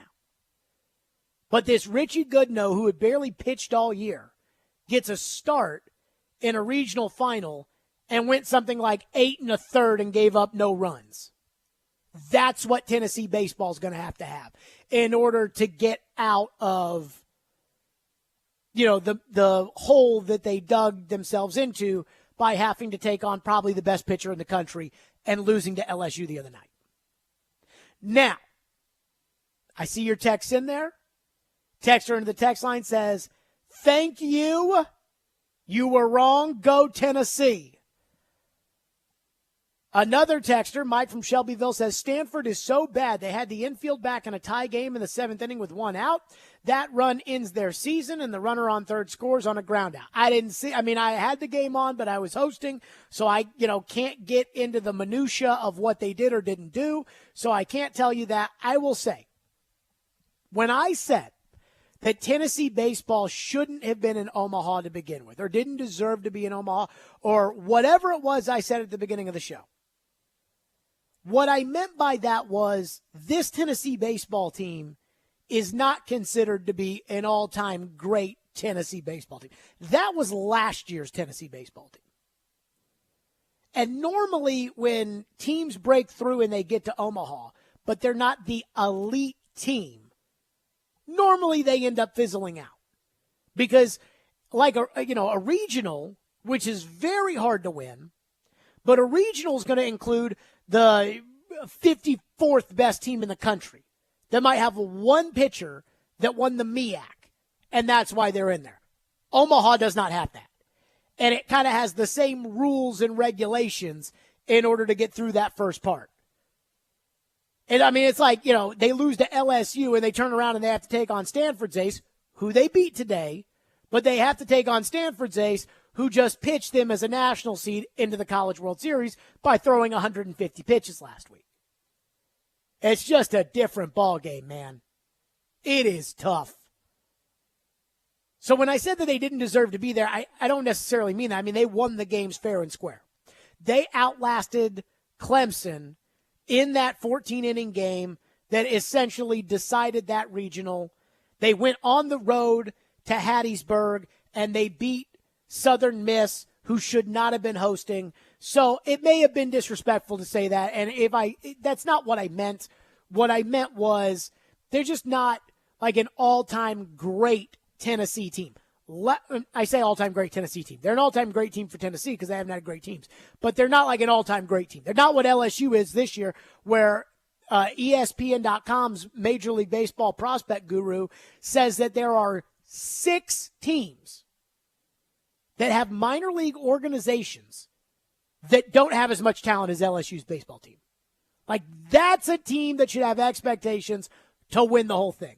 Florida, who was the best team in the SEC for pretty much most of the year, and I believe was a co-champion with Arkansas, that's a team that should have an expectation to win the national title. Tennessee, it's a good team that's got good pitching, that's got a coach that clearly wins some games, and they broke through. I did not mean that, like, Tennessee didn't belong there or that, Tennessee got there the way – who was it? Was it San Diego State? I think it was San Diego State who ended up getting to the Final Four on what I thought was a bullcrap call in basketball this past year. They called a foul with like 0.3 of a second left, and the San Diego State guy made the free throws, and they went. That's not what I meant by that when I said that about Tennessee. So if I did say that and you interpreted it that way, I apologize, because that's not what I meant. I think this Tennessee baseball team has done a fantastic job. And it's just, baseball's such a weird sport. The fact that Tennessee could have such a good team and lose to an okay Notre Dame team last year, and then this team be the team that's gotten the furthest, that's just how wild and crazy baseball is. Texter into the text line says, for what it's worth, Richie Goodenow was my summer ball coach and hitting coach from 2012 to 14, a great baseball guy, and he's a successful realtor in another state. I remember that performance like it was yesterday, the one against Louisville. I do too. And I think a lot of my friends that were on that team have nightmares and trauma from that incident. But good to know. But that's my point, is that some guy who's slinging houses, you can smack up Sonny Gray, who's made about $80 million playing pro baseball, and then some guy who ends up slinging houses out of nowhere ends up with the pitching performance of his life. And that is what it is going to take for Tennessee, because they're going to be out of their 3 starters once they go that third game, which I believe would not be tomorrow but would be the next day. They're going to have used their 3 starters. They're going to have used their bullpen over these 2 games with LSU, Stanford, whatever they have to do tomorrow in order to win, or 2 days from now in order to win. And it's going to have to be a pitching performance. Vanderbilt once got a pitching performance that got them to a regional final, the David Price year that they lost to Michigan, from a guy who was a manager, who they just didn't have anybody else to pitch, and he was on the team, and he went out there and he pitched. And that's what it's going to take for Tennessee in order to find, unless they just slug their way past, their pitching depth, which will not, last year's team could probably do it. At TD Ameritrade Park, this team probably can't. 615-737-1025 is our phone number, 615-737-1025 if you want to weigh in on Tennessee baseball or me being wrong. And there are a lot of people out there that love this Jared Stillman's the kiss of death, and it's the best thing that you said we were going to lose, and now here we are, blah, blah, blah. Coming up next, the Titans are accused of doing something that I just can't. Like, it's not a bad thing, but it's we'll get to it next. Stillman & Company, 102.5, 106 of the game. It's going down. They fight. Jared, you're How do you know, Joe? How do you know? And fight. And because of that, But how do you know that, though? But how do you know that? But That's okay. It's Jared and Joe. Every Wednesday at 5 p.m., Jared Stillman and Joe Rexroad debate the big topics in sports. Jared versus Joe, presented by Pella Windows and Doors and Parman Tractor and Equipment on Stillman and Company. Wednesdays at 5 on 102.5 and 106.3 The Game.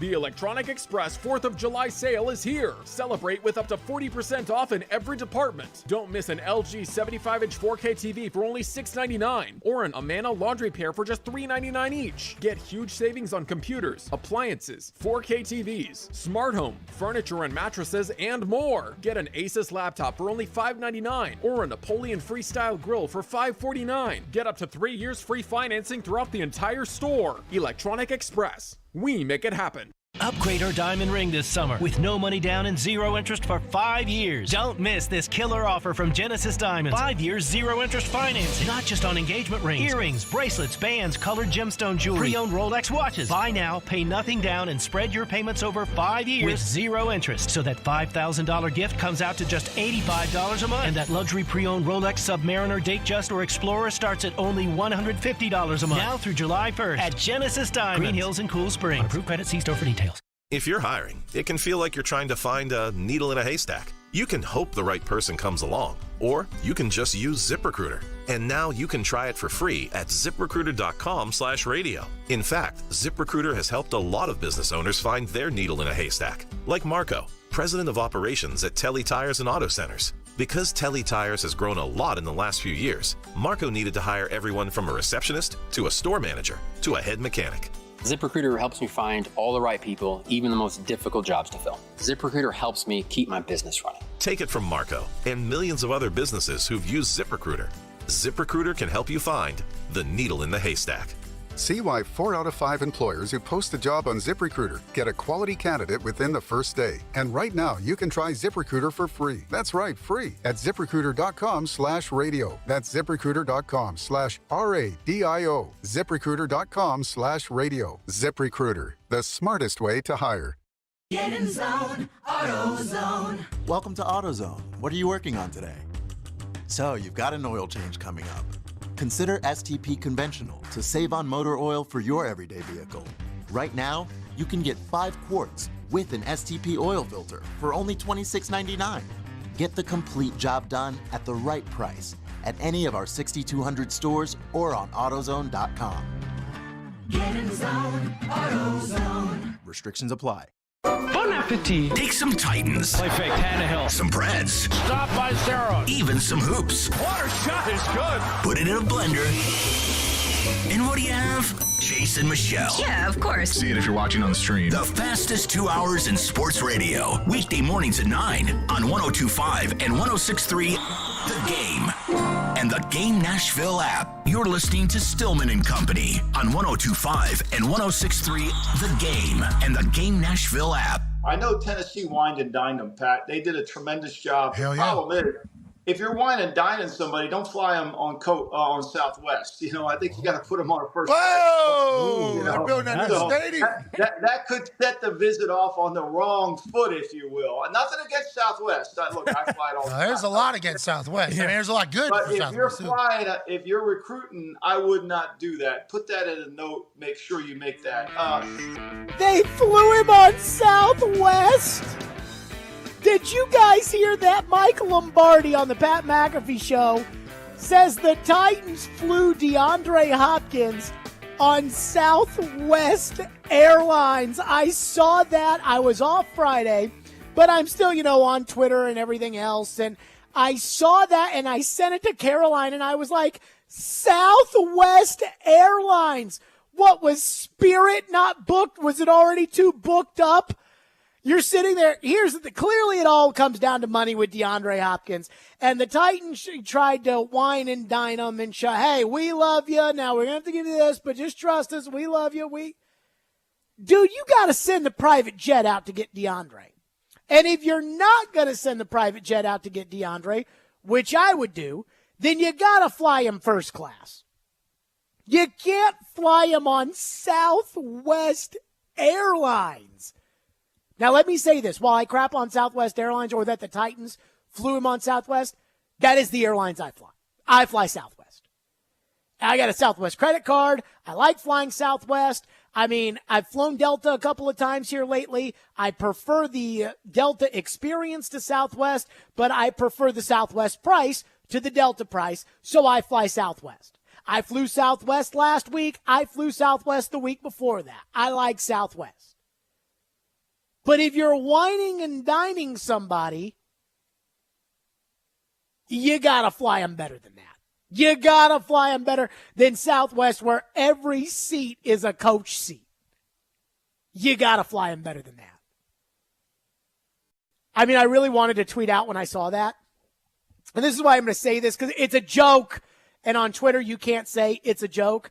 But I almost wanted to tweet out when I saw the Mike Lombardi thing that they flew DeAndre on Southwest. And I wanted to say that is so Titans. Just the things I've heard over the years. And it's like, what, we're like Amy and Kenneth Adams fighting over like who got to use their Southwest credit card in order to get the points that they were going to get from purchasing a Southwest flight to fly DeAndre here and back. But I knew that if I tweeted that out and I didn't say, look, I'm just kidding, it's just a joke, that people would take that the wrong way and, you know, I don't need to cause any fires. But seriously, Southwest, Ran, Mike, what are you doing? If you're going to try and wine and dine the guy, then you got to fly him on a private jet. I mean, a private jet, I think he lives in Houston. A private jet from Houston and back is like $25,000, which is way too much money. And I would never pay that. But you're talking about a guy that you want to take, give an $11 million contract to, and he wants a $15 million contract. So you're going to try to wow him outside of that. And you fly him on Southwest. Again, I fly Southwest. I like Southwest. And I'll say this. Like, I like that Delta has the TV there. I do not like American Airlines. And all the other airlines, I don't fly them. Or at least haven't flown them in eons. I fly Southwest and I'll fly Delta. The last time I flew a Delta flight, I just bought like a main cabin ticket because I didn't think that it was worth the money to upgrade to the Comfort Plus. Ian, let me tell you something. I felt like the poorest person in the airport. Delta had like 19 tiers of sitting people before they got to me. I was like zone 2. It was like first class, business class, Comfort Plus, Comfort Regular, Comfort Preferred. It's been a long time.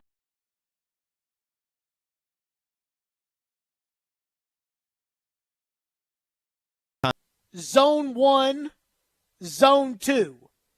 I felt like the poorest person at BNA that day. I usually fly Southwest myself, but I fly Southwest too. But if I'm trying to impress somebody, and again, this is the NFL.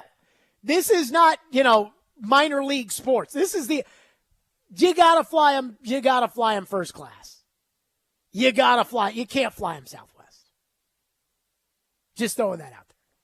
I mean, of course, the Titans flew them Southwest, though. 615-737-1025. Jaden's been waiting patiently on Tennessee baseball. Thank you for calling. What's up, Jaden? Hey, Jared. I hope all is well. I just wanted to say about Tennessee's game today. I thought Dollander had a rough day at the mound.